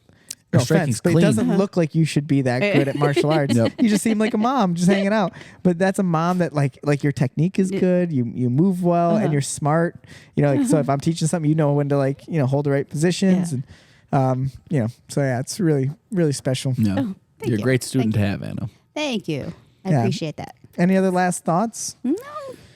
Well, I appreciate Keep you it doing rolling. this for us. Oh, Keep it rolling. Keep it rolling. we're just gonna start doing the noise ourselves. Yeah, I don't think we need the buttons, I think yeah. that's cooler. We're just gonna say the machine broke. I think we should record the sound so that when I hit the button, it's just us going. You know. So we'll just do a run. We'll do a whole shout out. So shout out Charlie, shout out Ender, shout out Grayson, fam. shout out Riley, shout out to the whole fam. Kongkaew clan. Yeah. So Wait, how do you? Was that an acronym? I mean, it could be. It could be. How do you spell your last name? Is that with a With C or K. K? Okay. All right. Kongkaew. 2 Ks. Yeah, it's kind of like if you had a crazy Krispy Kremes, you know. Terrible Yeah. jokes. I'm used to you guys though, so it's whatever. Yeah, I feel like Anna. So you enjoy training with us. Yeah. I think it's because you've always liked hanging out with Yeah. me. Like me You and guys Kyle be give talking off a about good weird vibe. stuff, and she's Yeah. just always like kind of. What are you guys talking about? Like just like listening in with our weirdness. Yep. So it Yeah, makes no, sense. it's funny because you guys are so filtered when you're on here. So people just don't know. Oh gosh, People just don't know. cut that out. This is us being filtered. Oh my god. Forrest Gump. I think Jenny. I feel like this is. I don't feel like we're being too filtered. No, I think this is real. no. You guys are real. We try to be but- as appropriate as possible. Right. That's just the slight filter. But I mean, There's a little filter. There's levels of like there's Right. like listen It's the, context Yes, of like yes, who you're yes, talking no, to. absolutely. the way But I'm going that's to why I act say- when I'm teaching a kids class is way different than 9 p.m. after we've just like choked each other for But hours. there's still the same flavor of right. you. Yes. But It's that's still why Kyle. I'm so used to you guys unfiltered. We'll have to do an uncensored podcast. Oh, that'd be great. No. You have to subscribe. Canceled. It's Canceled. just us swearing. It's just me You beeped guys out are- the whole time. Beep beep every time I talk. Kyle's opinions. Yeah. So wait, I do. Maybe we can brainstorm. We got like a minute. Yeah, we got time. I want to okay. brainstorm. So all right, we had Doug is gonna say this is way too long. old man Doug. This is one of the shorter ones recently. So, We're too short. Yeah, we need to lengthen this up. So Doug. Okay. So you brought that up. So Yeah. I was gonna say we need more segments. Mm-hmm. So we start with Phil's Potent Peppers, Right. PDP's PP break, PP and then we breaks. came up with Kenny's Corner, KK, Okay. Kenny's Corner. We need more segments. I thought Tea Time with Taylor would be Yes. fun. Time with Taylor's good. Yes. Is there any other? I mean, Jib Jab with Jay is pretty good. I want to have like these like funny. It's got to be funny. It's got to be a silly name. Well, Anna. No. Nothing. Nothing with for me. you? Abrasive. Can you- abrasive Well, talks What are you with gonna Anna? come up with? well, now we're going back to our filtered, unfiltered no. brains. But you could do a review of fans. Because I told Anna Anna's OnlyFans? she should make the first only fans. Oh my god, my idea was like, I'm just gonna hold fans. That I told you that was gonna be my You're talking page. about like fans, like Asian fans. Yes, Asian fans, yes, that it'd only be people, fans covering would her. subscribe to me just to see me holding OnlyFans. Anna's OnlyFans. So you can do a section where you just review fans, sounds only in fans, Anna's only fans. In my head, I pictured like her having a bunch of different types of fans, like overhead fans. like here's a tiny fan. This is a box personal fan. This is a hand fan. Yeah, I don't think we're making money, guys. Well, I mean, you gotta sell it. You gotta fan it up, Anna. You gotta only fans it up. You gotta sell it. I bro. came up with the name. You got to do the work here. You gotta show a little shoulder. Give a little ankle in that fan. Well, so that'll be our thing. So Anybody have foot. Yeah, I mean that's a foot big fetish? if you There's a train foot with thing. us, if you can think of any illiterate, it's gotta, Wait, is that the word? Well, yeah, Alliteration? alliteration. It's got to I'm have not alliteration. illiterate because that means you can't read. right? Alliteration, yeah. Alliteration, So you got to have an alliteration with your Alliterate? name for the segment. Sexment. Sexy Whoa, now I'm getting Freudian. unfiltered. Freudian Sexy segments slip. with Steve. Sexy, exactly. So it's got to have the same first letter. Yeah. That's called alliteration. Illiteration, not Alli- illiterate. Alliterate, yeah. Alliteration. That's so close. Can you alliterate something? I don't know. Can you I don't- alliterate a sentence? I can't speak English. I feel like there's so many good ones out there. We just can't find them. Doing it with Doug would be a great one, and it's just him putting together like something really quick. Mixing it up with Milan. mix it up with Milan. And he's just stirring stuff in bowls. Like, I just wanted to be stupid. Joking with Josh. Josh just comes out and tells one joke. joke. With no laughter. Yeah, because he can do it good. And like just stirring. Joking with Josh is funny. God, there's got to be some good ones out there. Guests with Giuseppe, and he just comes out with a guest and then walks out. Like he just introduced the guest and then walks away, a totally new person. They're funny. Oh no. Man, there's got to be some good ones. But we'll, so if anyone comes up with any, let us know. I feel like we had some good ones. The PP break is great. Kenny's corner is great. Jib Jab with Jay is going to be a good one. I feel like he's got some Better jib jab. work on it, buddy. Well, the tea time with Taylor is tough because like I wanted her to just do like a rumor. He's a gossip. Like, yeah. Have you heard this? And then just leave. Like, and she takes a long slip. Like We could do Dr. Dakota, and she could diagnose prescribes people's it. injuries, but just be completely. Yeah, your knee looks like it's torn ACL. well, no, Dakota actually came up with dumbing it down with Dakota. Dumbing it down with Dumbing Dakota. it down with Dakota, and she teaches a move in jiu-jitsu. This So like, is I want really you to dumbed down. grab the arm, and then you're gonna grab it and you're gonna Pull twist it. Well, then instead of dumbing it down, shouldn't it just be called Duh with Dakota? Dakota. with Dakota. We love Dakota. Oh man. Hey, I think there's got to be some good segments, and maybe we just make like your favorite movie, Pulp Fiction. Yep. We just make an episode that's just all The clips segments. together. It just cuts Like from 2 hours of different segments. the whole episode is just going. People going. This is episode one of. This is work episode on that. one of. This is episode one of. We could do that. That'd be really fun. Like it's like a whole, but it's one live thing where we introduce like, here's the next segment, and someone else continues. There's like 30 people with funny names. All in their costumes. Yeah, Phil's coughing to death and back for the peppers. Yeah, we did Peppers first, so he's Yep. like choking the whole time. Guys, this is really getting out of hand. Resuscitation with Russ. They have to save someone. Yikes. Oh man, yeah, that's all I got. I got nothing else. That's great. That's great. Awesome. So me and Kyle are gonna go get Uncle Jerry's pizza, right? Is Yeah, that happening? shout out Uncle Jerry's. I tried to call and get a small one on the way home, and they didn't answer. They were that busy. I know. We should probably call him We right should now. probably call him on the way. Yeah. We should probably call him live on the air. Shout out Uncle Jerry's. Yeah. So everybody doesn't know, you got a Barstool Reviews. You got to watch the Uncle Jerry's review. They did well. Yeah, I heard him talking on the. He was talking on Facebook. Uncle Jerry was saying he's not a deadhead anymore. He's just a fan. Yeah. So Yeah, too, with his, too old to be a deadhead. So, He's awesome. I think it's probably the best thing for their business, huh? yeah, it's really They're big. blowing up. Yep. Well, I mean, the best thing for their business would be to if they get a sponsored sponsorship. this Keep It Rolling podcast. I mean, all they got to give us one pizza a week. one bone a week, and we're good. One good pizza a week, and we just talk them up. all the honey habanero we could eat. Oh, so good. Yeah, so we're gonna hit that up. Anything else coming up, Kyle? No, we got a tournament next week. We'll be taking off. Podcasts? Podcast wise, who we got coming next? We have our First ever friend- real guest, right? First ever guest outside of the school, Who? David. Yep.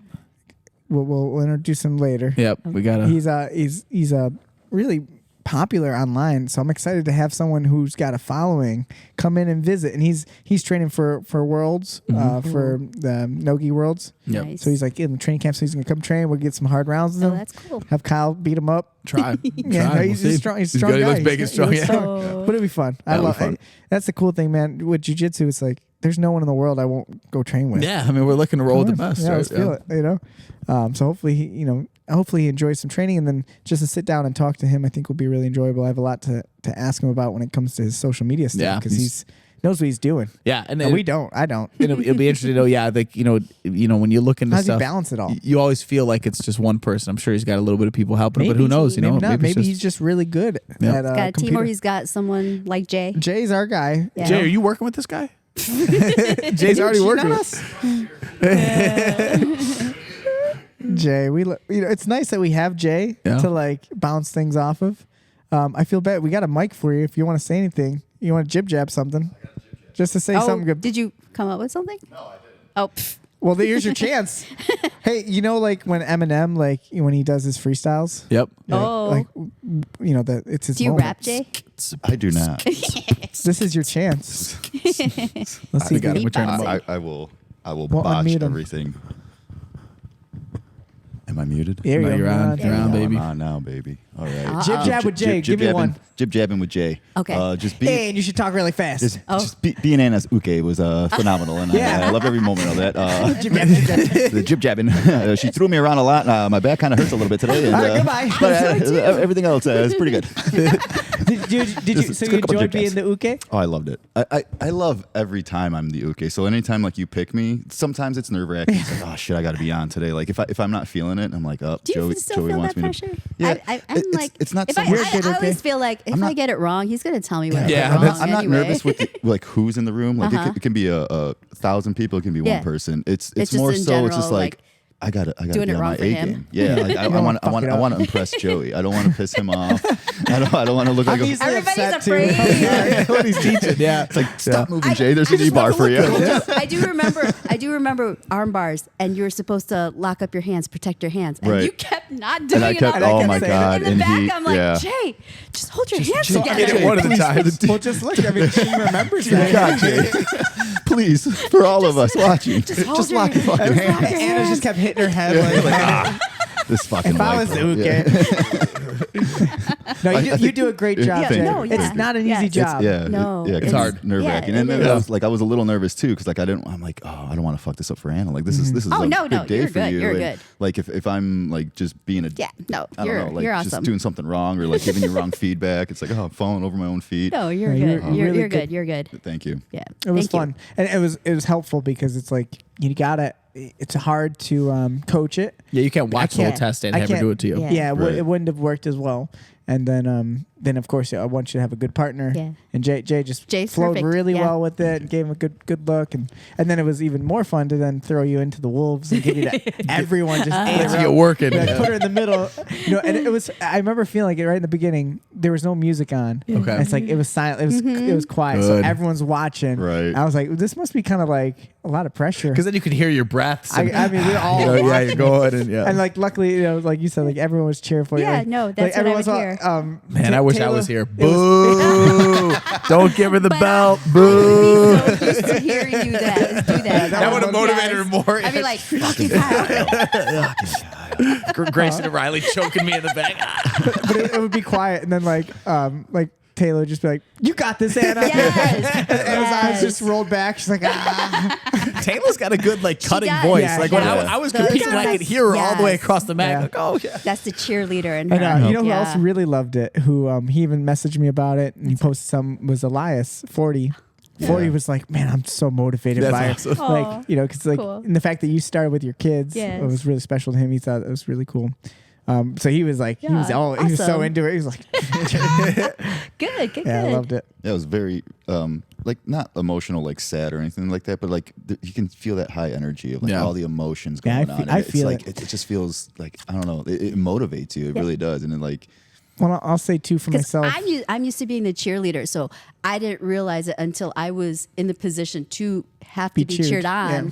to see much helpful it is. Yes, Yeah. yes, absolutely. Yeah, So and I think that's it cool. definitely it makes you want to do Yeah. that for people. But I'll even say like there's all those like belt promotions and special moments or even like competing stuff. Sometimes I try and I don't know if it's just like part of who I am. Like I try not to make it special for myself. Like I'm like let's just get this over. Let's give her the belt. But like I need to just like embrace it more. Sometimes I get nervous even like because these moments. Yeah. I don't know. I do think about that. Like I wish I can if I go back to like the first time I promoted someone, I would have slowed it down and like enjoyed the moment Yep. for them, for me. There's a lot of times I'm like, put the belt on. Let's all right, guys. Let's bow Next out. thing. Yeah. Yep.